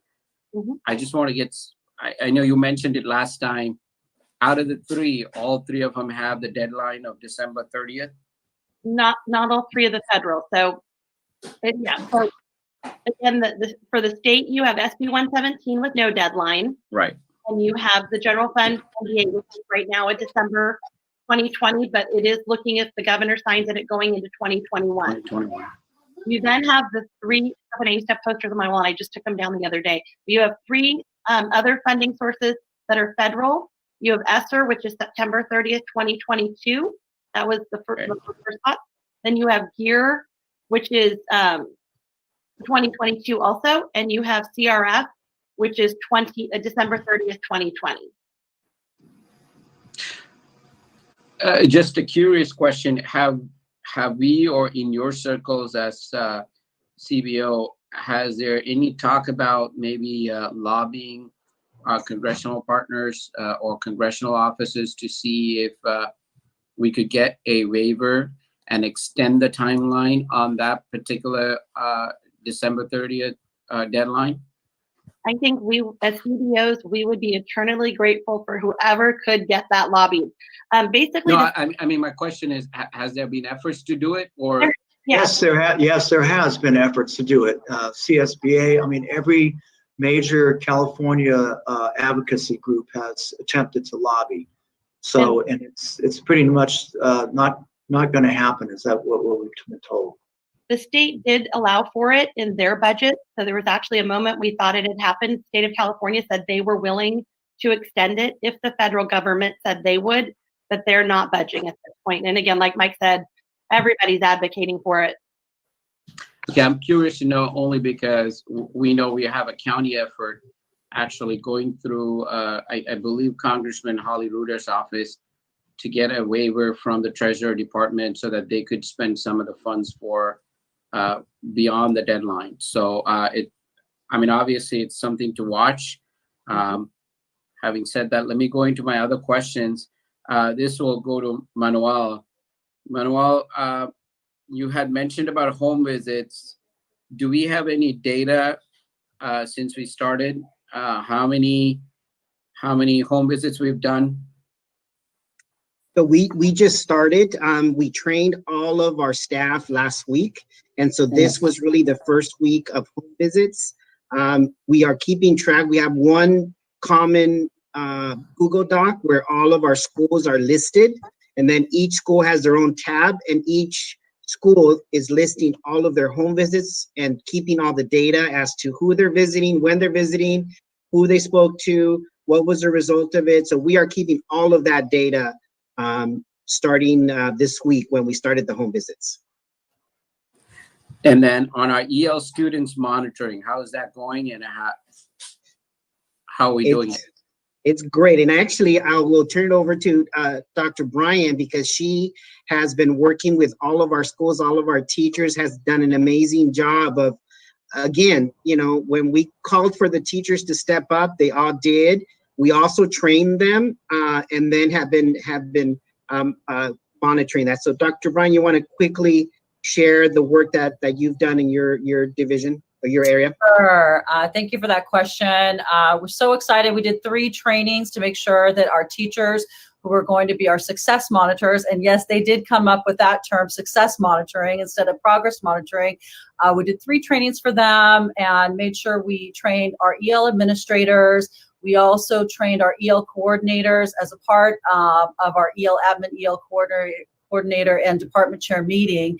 And we went through and did the math. I was really proud of Mr. Colon. All those years as a principal paid off. He was able to almost do the math in his head as to how much it would cost to actually pay our teachers 2 hours a week to be able to monitor our students. And these monitoring, it's check and connect. So we are checking attendance. We are checking grades.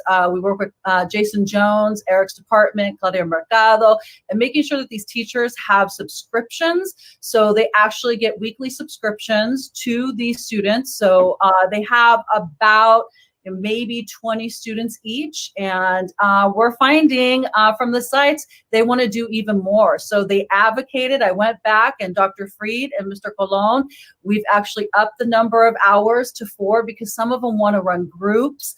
I mean, it's really amazing work that's going on. So we know how hard our teachers are working, and to know that they're willing to put in even more time to work with our emergent bilingual students. It's just, I mean, it's really touching to me that they're willing to do all of this work. So far, so amazing. I'm super impressed with all of their efforts. Thank you, and that's great to hear. And Manuel, in terms of tutoring for students, I want to I know we've had this conversation, but I want to, again, put it out there in terms of tutoring for our students. How is that working, and what's the progress? Thank you. So we're, again, excited, but as you can imagine, these are all college students. They're all college-age students. They're full-time students. And so they're in the process of getting hired. We are, I believe it was about 130, Mr. Carmona, that we have as of now that are being processed. So that's taking a little bit longer than we anticipated. We do have a full training that we created just for them. It's modeled after the AVID tutor training that Mrs. Fujimoto and Mrs. Hill Bonales are going to do. We're also going to train them in mindfulness to have them also implement as part of a strategy with their tutoring. So we hope to begin, I believe next week, Mr. Carmona, that we're beginning, but we, like I said, as you can imagine, we're hiring over 130 tutors all at the same time. And so that's taking a while to get everybody processed. Mr. Carmona, is it next week that they're doing the training? Yeah, so we actually have about 20 tutors who are current employees. And so they'll be doing the first round of training and assigned out to the sites. And then as the remaining people are processed, we will bring them in. I do want to acknowledge, right, that classified HR, if you look at the list of services we're providing to our students, we are talking about the hiring of hundreds of people. And so their department has really been going nonstop to bring those services online as quickly as possible. And so we will begin with tutoring next week. Will be the first round of tutors will have been trained, and we'll continue to train them in batches as they are approved through the process. And that's really to ensure that we are providing a quality service to our students, and that the method of delivering the tutoring is done in a way that we feel is instructionally sound, but also safe for our students, right? Where there's no corners being cut to just hurry up and get people in, right? So I think that's an important reminder for all of us that even though we may not physically be in classrooms or at schools together, that same level of safety and precaution is still being applied to our virtual environment. So that's where we are. And again, as Mr. Colon said, it is taking longer than I think we would all have hoped, but we will begin rolling those services out at the beginning of next week. And we do have a structure for that delivery. Each school site has a teacher that oversees the tutors and oversees the implementation of supports. All the tutors are being monitored by a certificated teacher while they're doing their tutoring as well. So it's a whole system that we've created to roll this out. Thank you, Manuel. You knew the question that I was going to ask. But the other question that I had was, how does that play into our funding? Because if how long are we having them? Are we having them till first semester and that's it, right? Yes, so they know that they've been hired for the first semester. Yes. So right now we anticipate it through the end of the first semester. Okay. And then I'm gonna go into social workers. I know we are hiring social workers, and how is that in terms of planning stages, in terms of hiring stages? Where are we at?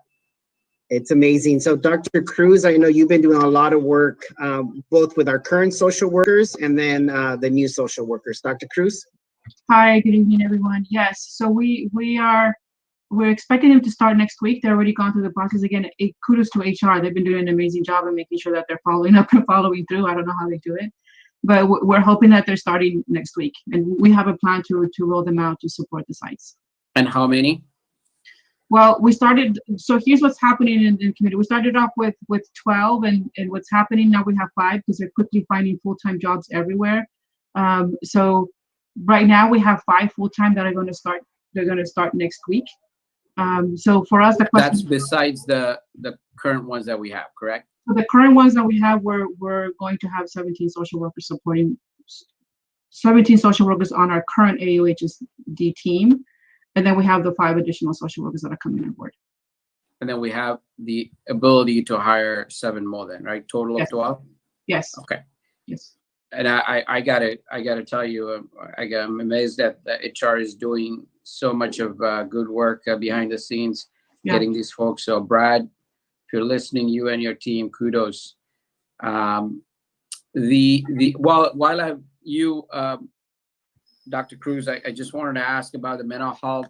How are we doing in terms of with school started? Do we have any updates, progress, any data in terms of how we have looked into some of our students' needs? Well, we have what's working against us. I think that if I can be very frank, and I think this is true anywhere, is the virtual fatigue or that our kids are experiencing, and that's true of all of us, right? Everybody experiencing some of that. So what we are seeing, the challenge that we're facing right now is maintaining engagement with our kids. So I've been having conversations with the social workers on how to strategize and engage students. We are seeing an increase in students who are developing that crisis, where they reach the level of crisis where they can't deal with it anymore. So we are having to respond more to crisis. And I will be able to give you some data next week at our next team meeting.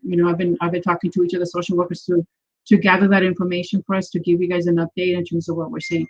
But as we expected, we are seeing more kids that are dealing with that fatigue, and it's manifesting itself in more anxiety, more depression, and more crisis. So we are responding accordingly. All of our community providers are stepping up and helping us as well. So everybody has transitioned and they are responding. So the focus for our team is we're doing the best that we can in responding to the mental health needs. We can't do anything about what's coming to us. There's a lot of things that are coming to us, but we're doing, I think, a good job in responding. Okay, I hope that we come up with a strategy, because I think that's what I'm hearing all across some of our districts, is that we're having that challenge with keeping them engaged. So hopefully you guys are the experts at this. So hopefully come up with a strategy to make sure that our well, Mr. Jabbar, I think it's a great question, and I think in terms of the what's ahead for the district, this is we're doing everything we can. I hope the board understands that and the public understands. We're trying to think very much out of the box, trying to deal with every single gap in our system, but people know that may not be enough, right? We're going to run out of this mitigation money in end of December, and there is no end game here. So the board and the public needs to understand that we need to have grace with ourselves, with our staff, with our administrators, our teachers, our families as we go forward, because it is a very big unknown. And money is not going to solve, even if we had the money, it's not going to solve everything, because we're talking about ongoing mental health issues for all of us. So there's a lot of pressure on us to try to solve a lot of these problems. And I want our staff to know that we are very grateful to all the work that we've done. And I would like the board to also, and all of us to acknowledge that it may not be enough. Absolutely, it's not going to be enough. And I think this is where our community partnerships come into play, and hopefully we can leverage them to kind of expand our reach to help our community. At the end of the day, I think the community knows that we are doing what we need to do to help our community, but I acknowledge it. We have challenges ahead, and we got to be truthful with ourselves and also communicate that to the community. Having said that, I want to go to Eric with internet access. How are we doing? And I know that I also sent you some information, or sent Jaren some information regarding the county internet program that they were planning on putting together. Eric, do you have an update? Sure. So thank you for the inquiry, Mr. Jabbar. We've ordered 6,000 hotspots going back to March, and then starting in the 18-19 school year, have almost 2,000 1 million project devices. We have gone through probably well over 100 opportunities to pick up technology, both hotspots and computers. And so with the wireless piece, we're at the place where hotspots are being picked up if they're still needed at the school sites on an appointment basis. And so that's if there's troubleshooting issues, if there's any type of issue, if we need to swap out a device, that's happening at the site now, so that families are closer to where the technology is. We did have a big push at the district office for a couple of weeks, and pushed out well over 1,000 hotspots during those opportunities. So now we're looking at additional layers. So we have the hotspots out. We've also engaged some vendors about a private LTE. So that's the wireless broadband technology that's used both by Verizon, by AT&T, and by T-Mobile, as well as there's private companies now, because some spectrum has been opened up. And so we've been with four vendors. We have a quote from one. Brahmanami and I were talking with another one yesterday, and we're very close to getting another quote. So we're looking at potentially a private LTE work. It's very expensive from what we've seen so far, and but we want to explore that option.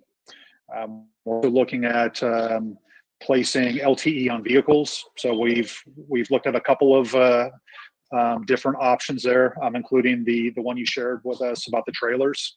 So we're looking at that one. We're looking at the company that Santa Ana Unified's using. So they are renting out vans and parking vans in areas deeply where they're getting feedback that this is a needs-based area, and it's a second layer on top of for them. They are also a 1 million project customer, and they use Verizon instead of T-Mobile. So this is a secondary layer where the hotspots aren't necessarily giving the users a full experience. So there's many different things that can weaken a signal, from building materials to obstructions like trees, and to signal interference. So, and then the third one we're looking at, and a shout out to Matt Thomas and Scott Sangren today. We did a virtual walk with a company to put Wi-Fi on some of our vehicles. So we're getting quotes where we would put Wi-Fi equipment on our buses and maybe some of our vans. And it would be an initial outlay to put the equipment out there, and then we'd have ongoing cost of the management software as well as paying for the Wi-Fi signal. And a couple Eric, of other on that note, I mean, since you're getting quotes, I would also want you to go ahead and tap into our county contact that I gave, because they did during a supervisors meeting. I did ask them the question, since they are a public entity and they already have a contract, that if we as a school district could come in and do a piggyback and tap into their contract, and they did say that they could do it. So maybe what you could do is, while you're getting the quotes for the rest of them to install these Wi-Fi into our vehicles, maybe take a look at what the county is offering too, so that we can see if we could get a better pricing on that. And then I would also encourage you to get in touch with Dooku Lee at the Public Utilities for Anaheim. I know Dr. Moreno and I were on a meeting with him talking about the internet access, and he had done some research as well. His team has done some research. So maybe you could collaborate with him to figure out. That's one of the things also we've talked with Fred Bavars from Public Utility. So we've had conversations with them about what their plans are with if there are any plans to do a municipal Wi-Fi, which it doesn't sound like they are. And then also, from my understanding tonight at the city council meeting, they're considering a rebate for income qualified residents in Anaheim. Yes, yeah, that came out of that meeting, and I believe they're going to do that, and they don't have an idea of doing municipal-wide internet access, but they were looking at all these options, so that's why I think it might be better if you're already in touch. That's great.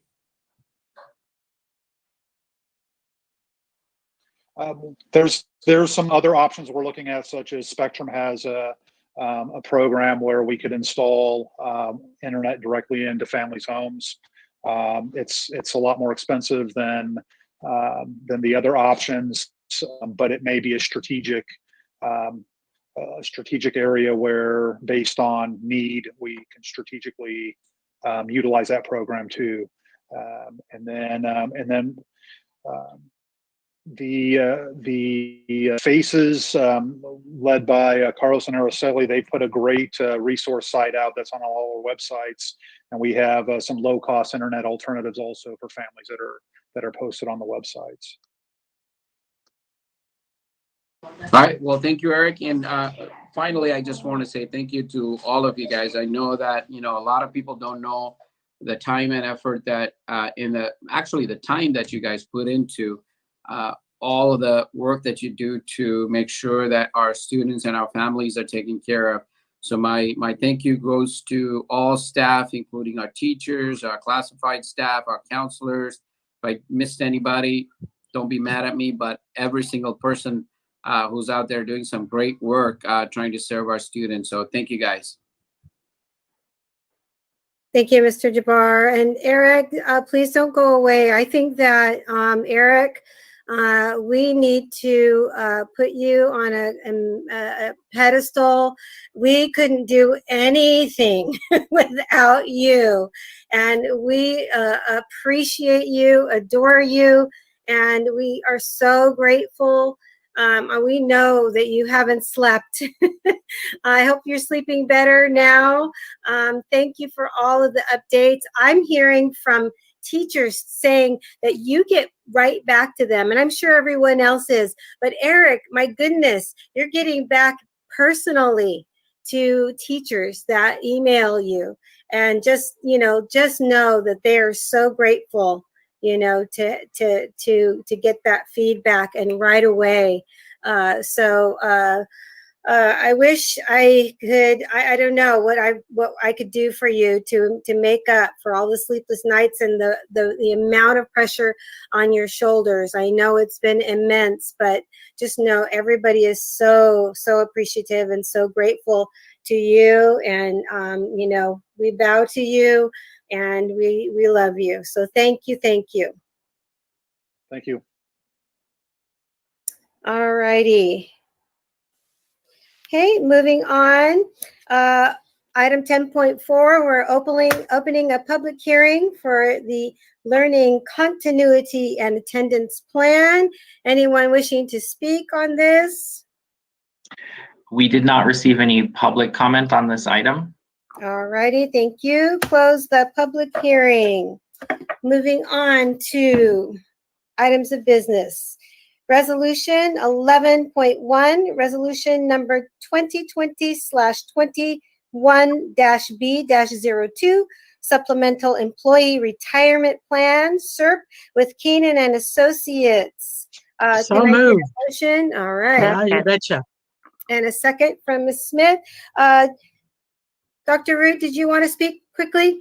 Sure, just very quickly. So this is, we're very fortunate. We have a large veteran staff. Folks come to Anaheim Union and they retire from here. And so with COVID, we know that we have a number of employees that may want to take the opportunity to retire now. So we've actually expanded the SERP to 2 options, one in retirement in December and one in retirement in after May at the end of the year or June. Okay. For our certificated teachers and counselors, it's a 65% of 1-year salary annuity. For our classified staff, our classified management, and our certificated management, it's a 40%. And as you heard Grant Schuster, our ASTA president, share before, definitely a win-win. It's an opportunity. We save money when we do the SERP. We would never enact it if we weren't going to save money. But I can tell you, we've already been getting quite a bit of buzz about this. So I think the Anaheim Union High School District community is going to be very appreciative of our board supporting this. So thank you. Thank you, Jennifer. Do you know the numbers that we have to achieve to break even? So it depends because it all matches together. Right now, if you looked at just certificated staff, it would be 24 teachers, counselors. Oh, okay. Certificated management, it's 3. Okay. Classified staff, it's 26, and classified management, it's 2. But again, as those numbers ebb and flow within the groups, they may create an overall saving. So we don't look specifically at one group at a time. We've tended to look overall because the last 2 SERPs, our board has been very generous and supportive of giving this opportunity to all of our staff. Fantastic. Any questions, board? Okay, roll call vote. Mr. O'Neill. Aye. Mr. Jabbar. Aye. Ms. Piercy. Aye. And Ms. Smith. Aye. And I'm happy to vote aye on this. Okay.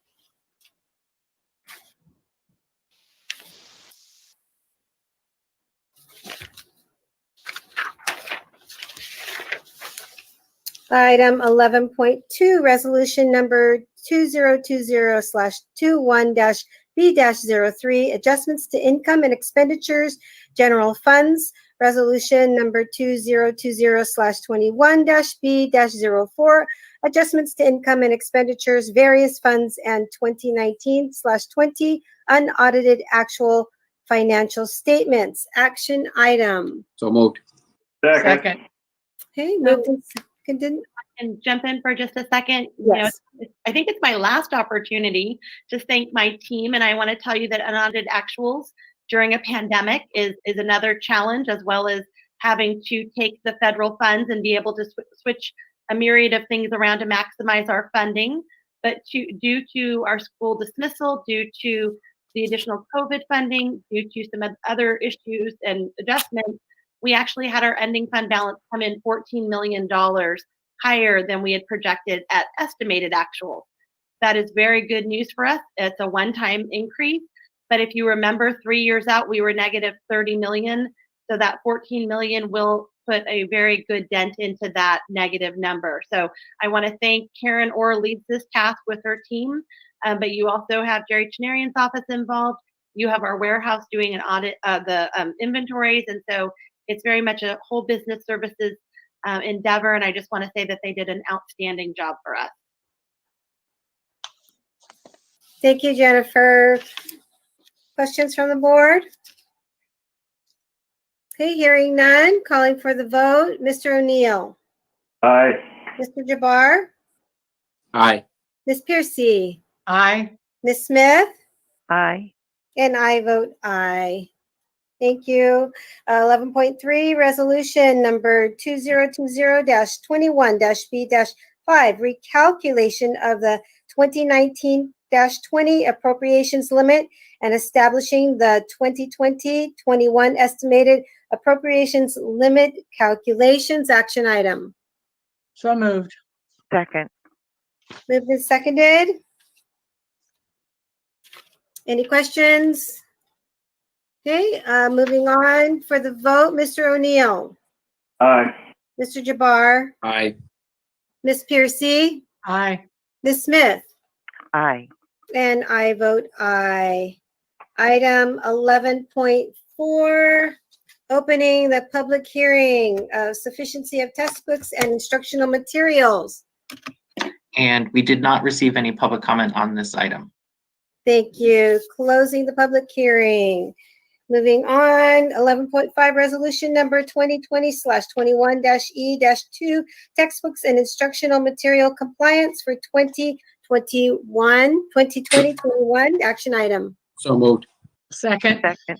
Okay, moved and seconded. Calling for the vote, Mr. O'Neill, Aye. Mr. Jabbar, Aye. Ms. Piercy, Aye. Ms. Smith, Aye. and I vote aye. Thank you. 11.6, resolution number 2020/21-E-03, National Hispanic Heritage Month. Action So moved. item. Second. Okay, moved and seconded. Calling for the vote on this. We always appreciate this. Mr. O'Neill, Aye. Mr. Jabbar, Aye. Ms. Piercy, Aye. Ms. Smith, Aye. and I vote aye. I'm looking forward to seeing how we're going to celebrate this National Hispanic Heritage Month. Should be very interesting.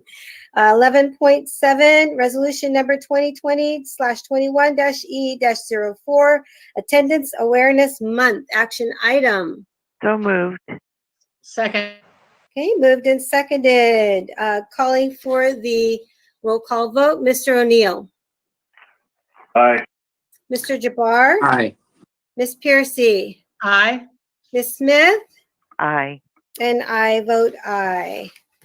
Moving on, 11.8, resolution number 2020/21-E-5, Red Ribbon Week. Action item. So moved. Second. Okay, moved and seconded. Calling for the vote, Mr. O'Neill, Aye.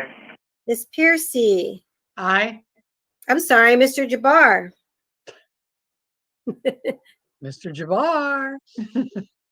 Where did he go? I don't know. Where'd he go?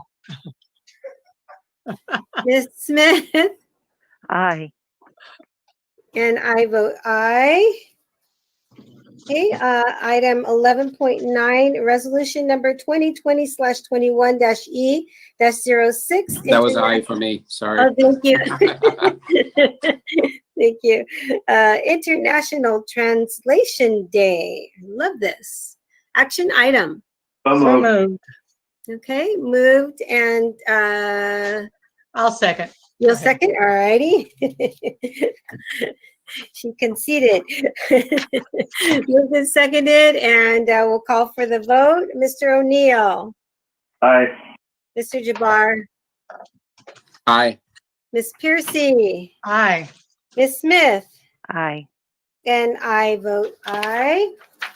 Board Hey. President Randall Trejo, can I make a quick comment on that? Yes, please. Because I want to first of all thank Dr. Bryant for bringing this resolution to the table. I know we've been thanking a lot of our employees, but I specifically want to call out our translators. Under the normal circumstances, they work incredibly hard as it is. But given the pandemic and our need as a district to even over communicate to our families, they have been working nonstop to translate materials, interpret at meetings. Literally with less than a day's notice at times, and they've just been remarkable. So I want to just publicly give a shout out to them, because I know we've been talking about classified in general, but I think they deserve their individual recognition because they've been working super hard. So thank you, Dr. Bryant, for bringing it forward, and thank you to all our translators. Can I say something too? I just wanted to concur. I believe right now with the pandemic, our translators are doing double duty. So thank you very much. Individually, I want to thank each one of them. Thank you, Dr. Bryant, for bringing this out, and thank you for stopping us, Dr. Fried, and actually pointing this out and recognizing.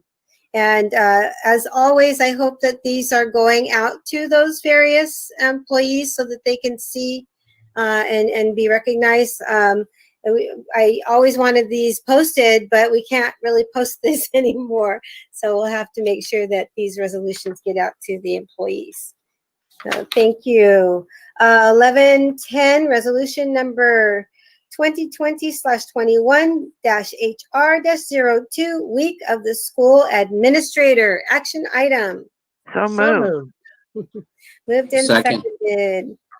So, Madam Chair, if I might say something here, I do want to acknowledge all of our administrators, both, first of all, in the field, the principals and assistant principals and all of the administrative leaders out in the field have been very visible, very much on the front lines of this. They are there virtually every day and tirelessly, without complaint, and really showing leadership right out in the field. And to our leaders and our administrative teams at the district office, in the ed division and the business division and in HR, amazing people have worked tirelessly almost 7 days a week from March 13th. So really, this is, we could not be here without our administrative leadership. So thank you. Can I say ditto? Because I know our administrators have put in many hours. You know, it's just amazing. I mean, and some of them, it's just like 20-hour days. So this whole COVID thing has created a lot more work for everyone. And you guys have all stepped up to it, and our school site principals as well. So definitely. Absolutely. I just want to, again, concur and mention that, you know, personally working with our administrators, they put a lot of time into it. And I appreciate it because as a board member, sometimes I need questions answered. And I know you guys take, even during the weekends, you just pull out of your family time and answer it and give me the information. Although I'm expecting the answer to come on Monday, you guys do it on right away if you have it at the fingertips. So I appreciate it. Thank you all administrators. I just want to also thank you to all the administrators, all the help you provide your staff and the students specifically. We couldn't do it without you. So thank you very much. And my gratitude goes to each and every one, and I know it has been more than difficult. Thank you. Thank you, board members. Oh, and I also want to thank the cabinet too. Of course. Yeah, they've kind of been working overtime as well. Of course, absolutely. And you know, speaking of, you know, golly, you guys, every time, you know I have a question, and as Al mentioned, you know, we're expecting, you know, a day or so, and no, it's like within the hour. And I know that you treat everyone that way. It's not just because, you know, we're board members. You get back to everyone, and I think Jaren's the fastest though. If there's a contest, he's like lightning speed. But thank you all He types as so fast much. as he speaks. That's what it is. That's what it is. Yes. So thank you all. It's been incredible, and we're so blessed to have all of you. Wow. Okay, calling for the vote then. Mr. O'Neill. Aye. Mr. Jabbar. Aye. Miss Piercy. Uh-oh, did we lose Miss I Pearson? think we lost her. Oh my goodness. Miss Smith? Aye. And I vote aye. I know she votes aye as well. Okay, 1111, new board policy 8408.01, parentheses 5141.5, mental health policy, So moved. second reading. Second. Okay. Moved and seconded. Something happened on my computer. I just blocked out. I had to rejoin. So did we vote? I vote yay. You vote yay? Okay, good. Yeah. So we I don't moved know what on. happened. All of a sudden it just went back to my normal screen. Weird. That's what our kids experience and our teachers. I know. They get a lot of that. All right, so on this item, it's a second reading. So is the motion for the second reading and we want to vote on it, or did anyone have any additions or Was it good? questions? Let's vote on it. All right. So so we're voting on the new board policy. Mr. O'Neill. Aye. Mr. Jabbar. Aye. Miss Piercy. Aye. Miss Smith. Aye. And I vote aye. 1112, revised board policy 8540, parentheses 6173, education for homeless children, second reading. So moved. Second. Okay, moved and seconded. This as well, second reading. Voting on it, on the item. Mr. O'Neill. Aye. Mr. Jabbar. Aye. Miss Piercy. Aye. Miss Smith. Aye. And I vote aye. 1113, new board policy 8545, parentheses 6173.1, education for foster youth, second reading. So moved. Second. Okay. Moved and seconded. Mr. O'Neill. Aye. Mr. Jabbar. Aye. Miss Piercy. Aye. And Miss Smith. Aye. And I vote aye. 1114, revised board policy 71105, parentheses 6146.1, high school graduation requirements, second reading, action item. So moved. Okay, moved and seconded. Okay. Mr. You have a question? Yes, yeah, before we go on. Okay, this was something that was mentioned in one of our Friday letters as far as last year we kind of ignored this if the kids did not make this, and they went ahead and they were allowed to do all graduation exercises, but it didn't mention if this affects their diploma. Now, and because here again, we have those kids in the junior year were cut short of their ability to get their 10 hours. And now in their senior year are going to be affected again by this, I would say, first semester. Okay, even if we go back, hybrid, they're still going to be a little bit hesitant to get out in the community. And if they're not, their parents are going to be. So I want some clarification about what we're going to do for this 40-hour requirement for their diploma. I think that we need a special, thing to say for those kids, dispensation. Now, not your sophomores and juniors, but for our kids that were juniors and, are now seniors. So our seniors are the ones that, it's Anna, we going to affect them. did talk. Yeah, we did talk about this earlier, and I know that Jaren had mentioned that the plan was to pretty much hold harmless for the seniors, right? And Yeah. Jaren, you want to chime in on that? Exactly. And as you may recall, last year, Trustee Piercy, we did a resolution with the board suspending certain graduation requirements.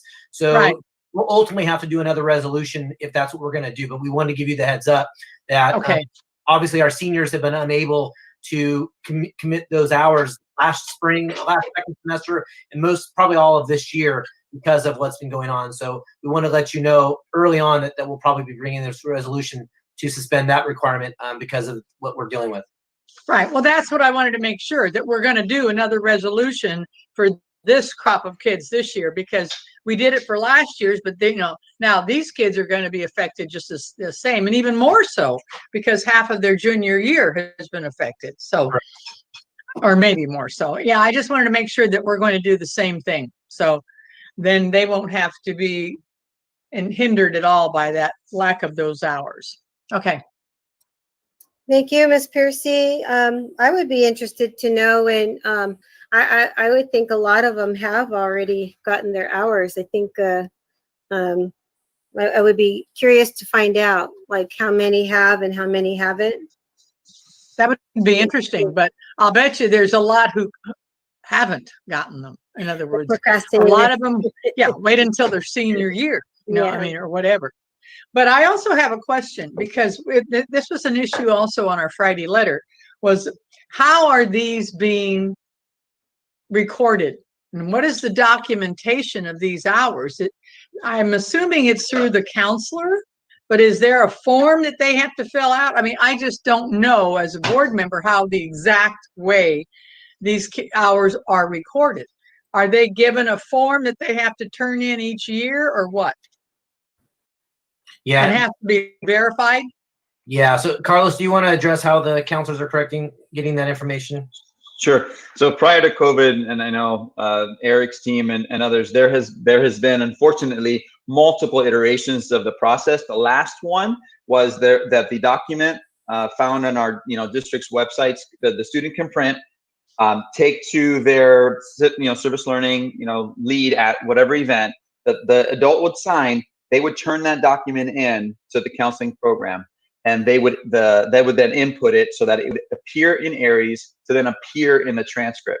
So having no chance for physical, touch, we knew that we needed to be more efficient with the process. So Thrively now has created a platform. So Thrively is one of our platforms that helps our students with strengths assessments and others. So we've approved that. Thank you, board. They have already created a platform where everything can be digitized, but we haven't rolled that out.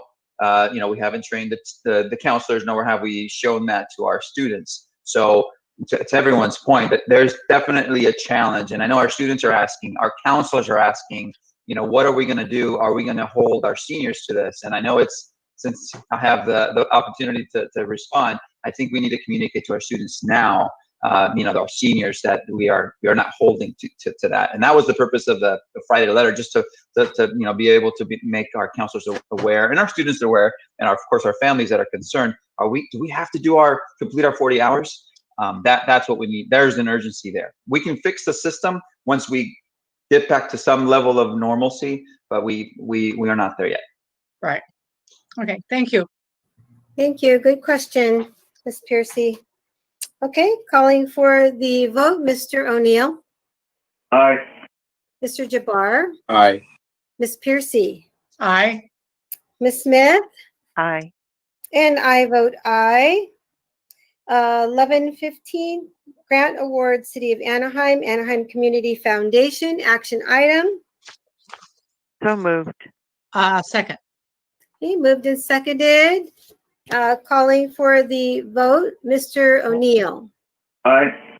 Mr. Jabbar. Aye. Ms. Piercy. Always agreeing to any money we can get. You betcha. Grant awards? Yay. Ms. Smith. Aye. And I vote aye. 11:16, agreement, Swank Motion Pictures, Inc., and action item. So moved. Second. Ms. Piercy, did you have a question? No, I just was saying second. Oh, you were just leaning into. Yeah, I'm just leaning in to talk. Right. I'm watching. I'm getting giddy. Mr. O'Neill, calling for the vote. Aye. Mr. Jabbar. Aye. Ms. Piercy. Aye. And Ms. Smith. Aye. And I vote aye. 11:17, client service agreement, Qualtrics LLC, action item. So moved. Second. Okay, moved and seconded. Calling for the vote, Mr. O'Neill. Aye. Mr. Jabbar. Aye. Ms. Piercy. Aye. Ms. Smith? Aye. And I vote aye. 1118, Educational Consulting Agreement, Inspired Resolutions, Licensed Clinical Social Worker, Inc., Servite High School. Action item. So So moved. moved. Second. Moved and seconded. Calling for the vote, Mr. O'Neill. Aye. Mr. Jabbar?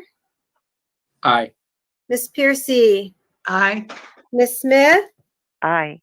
And I vote aye. 1119, Service Agreement, Platform Athletics, LLC, DBA, PLT, 4M. Action item. So moved. Second. Okay, moved and seconded. Mr. O'Neill calling for the vote. Aye. Mr. Jabbar? Aye. Ms. Piercy? Aye. And I vote, I'm sorry, Ms. Smith? Aye. And I vote aye. Thank you. 1120, Service Agreement, Art of Education, Action item. So moved. Second. Okay, moved and seconded. Calling for the vote, Mr. O'Neill. Aye. Mr. Jabbar? Aye. Ms. Piercy? Aye. Ms. Smith? Aye. And I vote aye. 1121, Agreement, Lucid Software, Inc. Action item. So moved. Second. Okay, moved and seconded. Calling for the vote, Mr. O'Neill. Aye. Was it an aye? Yes. Aye. Okay.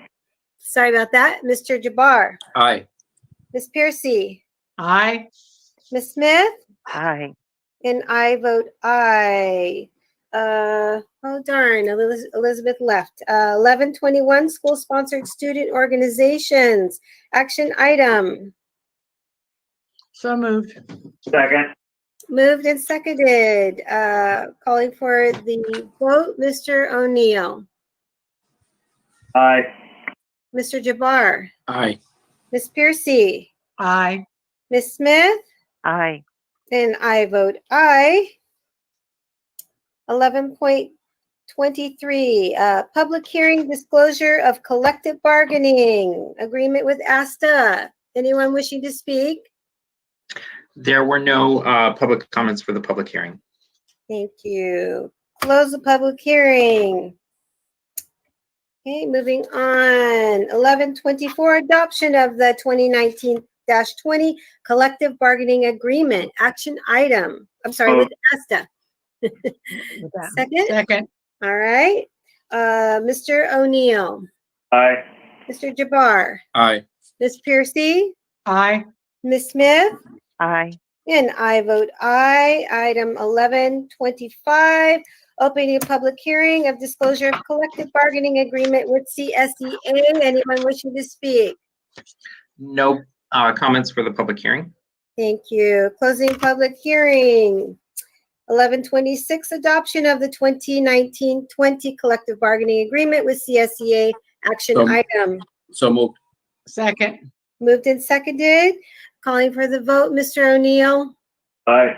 Mr. Jabbar. Aye. Ms. Piercy. Aye. Ms. Smith. Aye.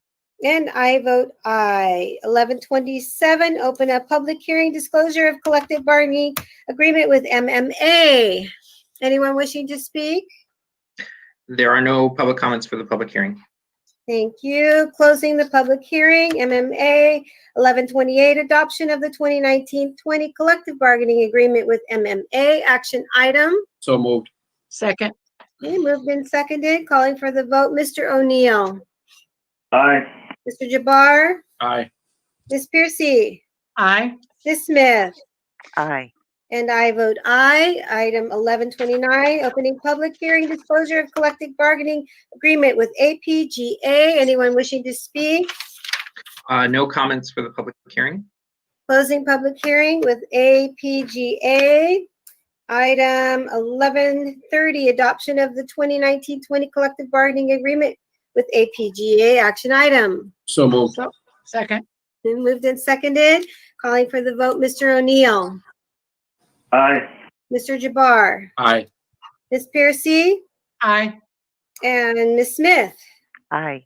And I vote aye. 1126, 1131, certificated administrators, classified management, and classified confidential salary schedule action item. So moved. Second. Moved and seconded. Calling for the vote. Mr. O'Neill. Aye. Mr. Jabbar. Aye. Ms. Piercy. Well, I believe so. I had to throw something different in there. Come on. Threw you off. I'm sorry. Ms. Smith for the vote? Aye. Aye. And I vote aye as well. Did you have something to say, Mr. Jabbar? No? Okay. 1132, employment agreement and compensation for superintendent. Action item. So moved. Second. Okay, moved and seconded. Called for the vote. Mr. O'Neill. Aye. Mr. Jabbar. Aye. Ms. Piercy. Aye. Ms. Smith. Aye. And I vote aye. 1133, employment agreements and compensation for assistant superintendents, chief academic officer, and district council action item. So moved. I will second. Calling for the vote. Mr. O'Neill. Aye. Mr. Jabbar. Aye. Ms. Piercy. Aye. Ms. Smith. Aye. And I vote aye. Ooh, item 12, consent calendar. Anyone wishing to pull an item? Pull 12 and 1211. Okay, I didn't hear the 12. first. 12.10, 12.11. Okay, 10 and 11. Anyone wishing to pull anything else or motion for the balance, please? Motion to balance. Second. Motion is seconded for the balance. Roll call vote. Mr. O'Neill. Aye. Mr. Jabbar. Aye. Ms. Piercy. Aye. Ms. Smith. Aye. And I vote aye. Item 1210 and 1211. Motion. So moved. Second. Moved and seconded. Mr. O'Neill. Abstain. Mr. Jabbar. Aye. Aye. Ms. Piercy. Aye. Ms. Smith. Aye. And I vote aye. And we are echoing now. Moving on to superintendent and staff reports. Anyone wishing to give a report? Yeah, I'm going to say something very quickly. I know that we're all very happy for Dr. Root and her pending her new board at Menifee. She will be named the new superintendent of Menifee Elementary School District.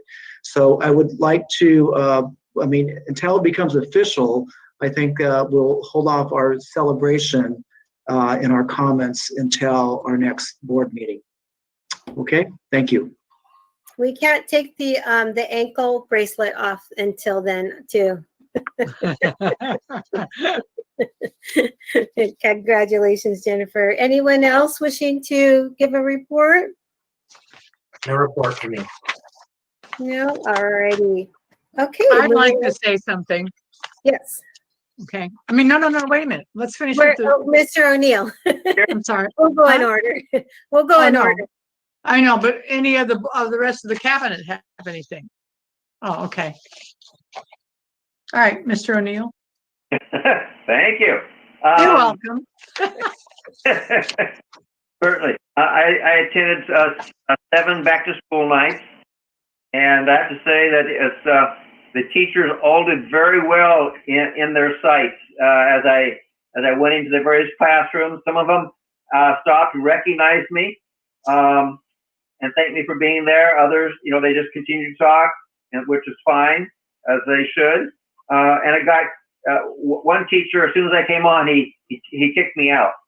I was a little shocked.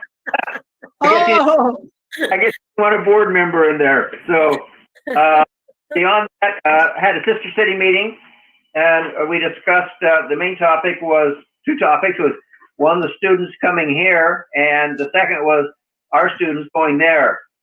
And so we decided to postpone the decision for think it's the October meeting, to see if we can get some input from Japan, what their thoughts are.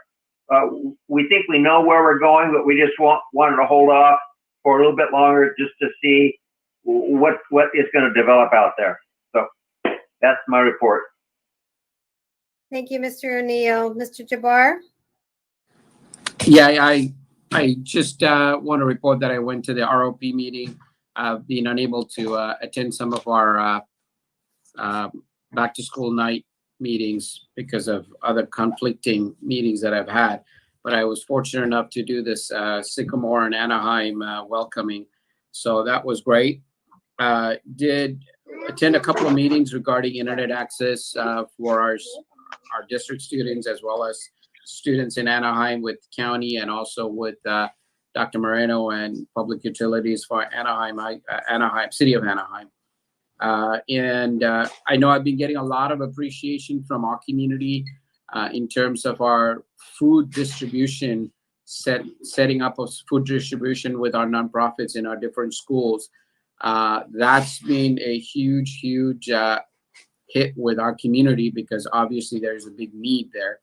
And also they appreciate the food distribution from our department. So I want to make sure that thank you goes out to our staff in that department as well. And also our folks who are coordinating this nonprofit food distributions in different schools.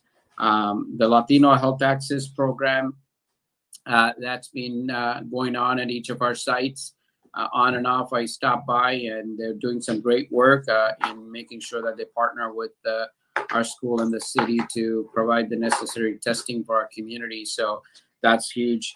Other than that, just being out there, going out to different meetings. That's about it. Thank you. Thank you, Mr. Jabbar. Ms. Piercy? Okay, I had to find my little cursor. Along with Mr. O'Neill, I attended about 6 back to school nights.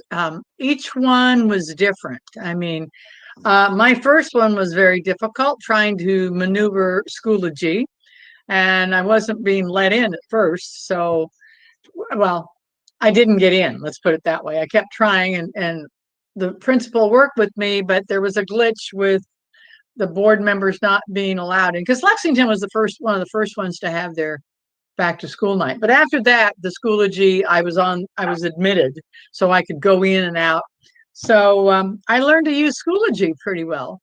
I could become part of a class, and then when I peeked in and listened, then I went back out and I dismissed my name from the class. And so it was fun. It really was. But then I got a little bit of difficulty on my last one at Orangeview. I couldn't get in. For some reason, it wouldn't let me in. But a lot of the principals and the assistant principals did a lot of work, or counselors, setting up flip grids. Now I know what that means. Okay, flip grids and little avatars for their teachers, and you could go there, and all of our teachers put things together. They did videos, live videos as well. And so I tried to go in and out, not be obtrusive. I didn't want to interfere, so I went in not on video, and for the most part. But a couple of people saw me and said something, and then I had to respond. But otherwise, but it was fun. I enjoyed it, and kudos to our teachers and administrators. I think they did a great job. And there's a few more to come up, and we'll see how they did it, because they all did it differently. Then I also attended a discipline committee meeting, and I think it was a little late getting there, but I got in some of it. And our opening school task force, I came into some of those and listened off. I didn't say much on those. I just was snooping. Like at the principals meetings, I like to go in and hear what's going on. Gives me a good idea what's happening. And I wanted to say something about the principals when we did the year of the administrator. Those school site principals, the day before school started, there were, how many meetings did they have? 3 different meetings, or at least 2, trying to figure out what was going to happen the next day. So talk about a lot of work. And then insurance meeting.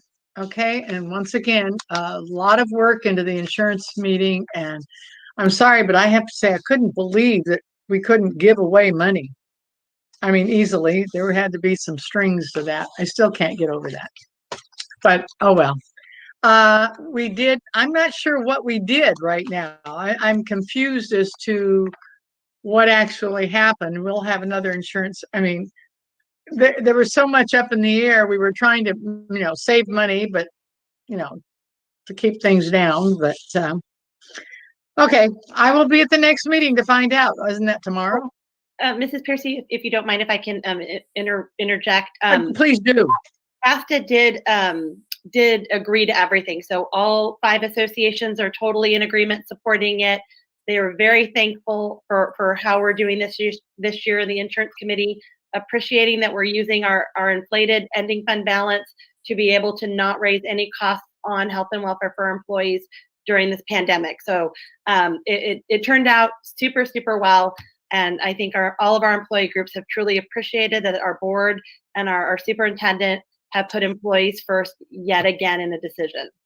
Okay, so they did negotiate that. In other words, I mean, see, that was the one thing I didn't know whether that went into the negotiations or not, because that's what Grant wanted.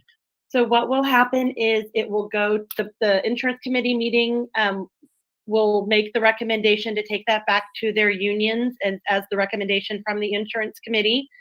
Because of that, there's really not much that human resources will have to negotiate, because we're not changing the super blended composite cap. There might be some language because of the express script changes, but ultimately there should be very little to do with negotiations with health and welfare, because it just was a great year for it. So very okay. excited. Well, okay, so there was an agreement there, because I know Grant was not in favor of it, and he wanted something else, so I wasn't sure what went on. But anyway, we will be dealing with that, and once again, we're very lucky in our district that we've got this going, and I think that was it. I attended one other virtual webinar for art providers. Was very interesting. There were, people from Canada and the Bay Area and San Jose, and it was interesting to put it mildly. And I think that was about it. I think other than our board meetings and virtual meetings of, this and that and whatever, an interesting time for sure. Oh, let's see what else comes on. Okay. Oh, shoot. What did you forget? Oh, it just flipped back again. No. Somehow, I don't know what's happening. We're still on. We see you. Am I still on? Okay. Yeah. Let me find it. Okay. Yeah. Don't cuss. I picked up the mouse and it just switched. I don't know. I'm still learning technology. Are you kidding me? Mrs. Smith. I won't My go daughter into had a fun time just listening to Anna flip out. Who was having a fun time? My daughter, she was laughing here. Oh, really? Oh, okay. Good.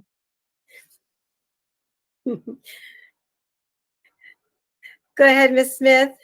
I won't go into detail. I attended the insurance committee meeting and the math teachers task force, and that was very difficult just to understand much of what they were talking about, because I'm not on the internet. I'm doing it by phone. And I wanted to say that the school news roll call magazine for August, December of 2020 was really well done. And I really appreciated Mike Matsuda's article, "The Obstacle is in the Way. Now is the time to prepare for the future." Good article. And then the piece by Dr. Freed, Eric Greenwood, Katrina Calloway, and MJ Cook. And then all the others. I won't go through all the wonderful pieces, but I deeply appreciated this magazine, and it's free, which is remarkable. And Jennifer, as sad as I am for us, I'm equally happy for you, if that is well said. We wish you well. Your new district is going to just go hip, hip, hooray We did a wise one. We wish you well, good health, and happy travels. Thank you so much, one and all. Thank you. Thank you, Ms. Smith. I attended an introductory meeting with the Vietnamese Student Association, the VSAs across the district. They all met for the first time, and I was their first guest, so I was very honored. A lot were still camera shy. I did encourage them to turn on their cameras, but you know, it's a very odd thing, this virtual world that we're in, and it takes some getting used to. Attended the Personnel Commission meeting, very interesting, and heard a lot about how all the work that it's taking to process all of the hires. The opening of schools task force meeting was kind of sad that we're kind of winding down. It's been really interesting, robust conversations going on, and I'm sure there will be a continuum of some sort of that, you know, that group that gets together. So just invite me, because I want to be in it. The ROP meeting was very interesting. They started a new kind of a platform of all of the administrators giving reports. And so, you know, the administrators that give the reports about our schools was very fascinating. Also, they hired a new administrator, and her name is Dr. Hallstrom. And she, if you could see this picture, she is a very familiar face to us. She's was involved with Healthy Smiles, and that's where I met her. Very enthusiastic person and a great hire for ROP. Just some highlights from Gail Kairos. She said students in our new engineering design pathway at Catella are creating their first drawing on Sketchpad with their new instructor. I'm going to butcher her name, sorry. Nima Negadure.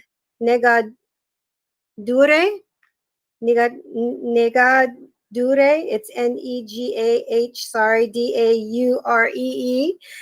She's a senior certification engineer for test and validation with Rathon Collins Aerospace.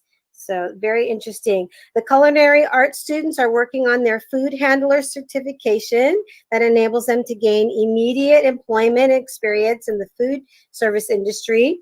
The new biotechnology pathway at Anaheim High School is learning from quality control specialist and scientist Simon Nichols.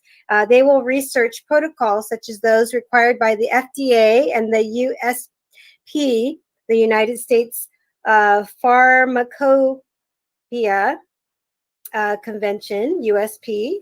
Western High School students now have the privilege of participating in a pre-apprenticeship program in the partnership with Southwest Carpenters Union and taught by journeyman Richard Foley. The curriculum exposes students to a variety of careers, and the patient care pathway classes at Kennedy High School have grown to include 9 medical careers, 1 body systems and disorders, and a new on-site medical assisting capstone class.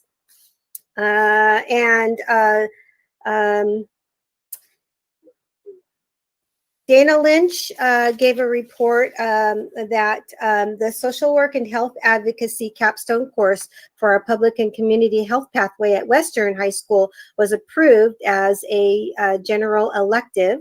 So all 3 levels of biotechnology pathway were approved as honors courses, with levels 1, 2 as D Lab Science and 3 general elective. So we are now at, or they are now, ROP is at 95 UC approved courses and closing in on 100. I thought that was pretty good news to share.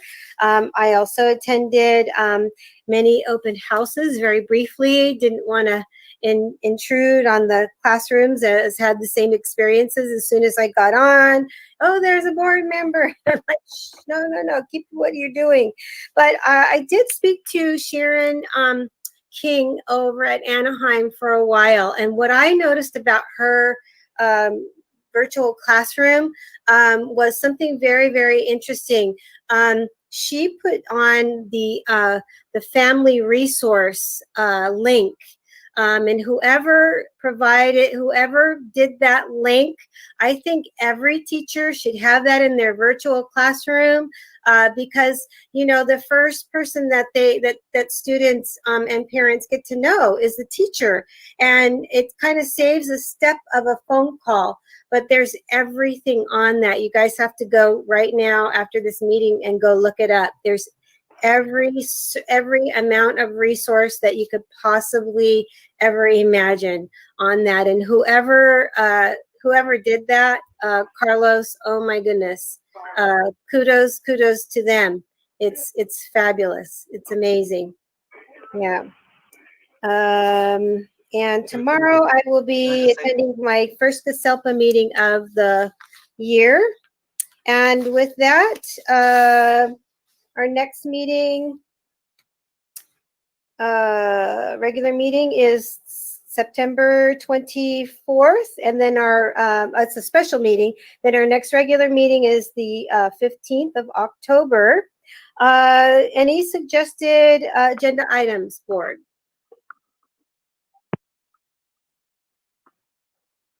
I just would like, if we could, in the near future, since we're talking about it, Grant's talking about it, Al's talking about it, it's on our survey, maybe we could get a mental health update at one of our future meetings.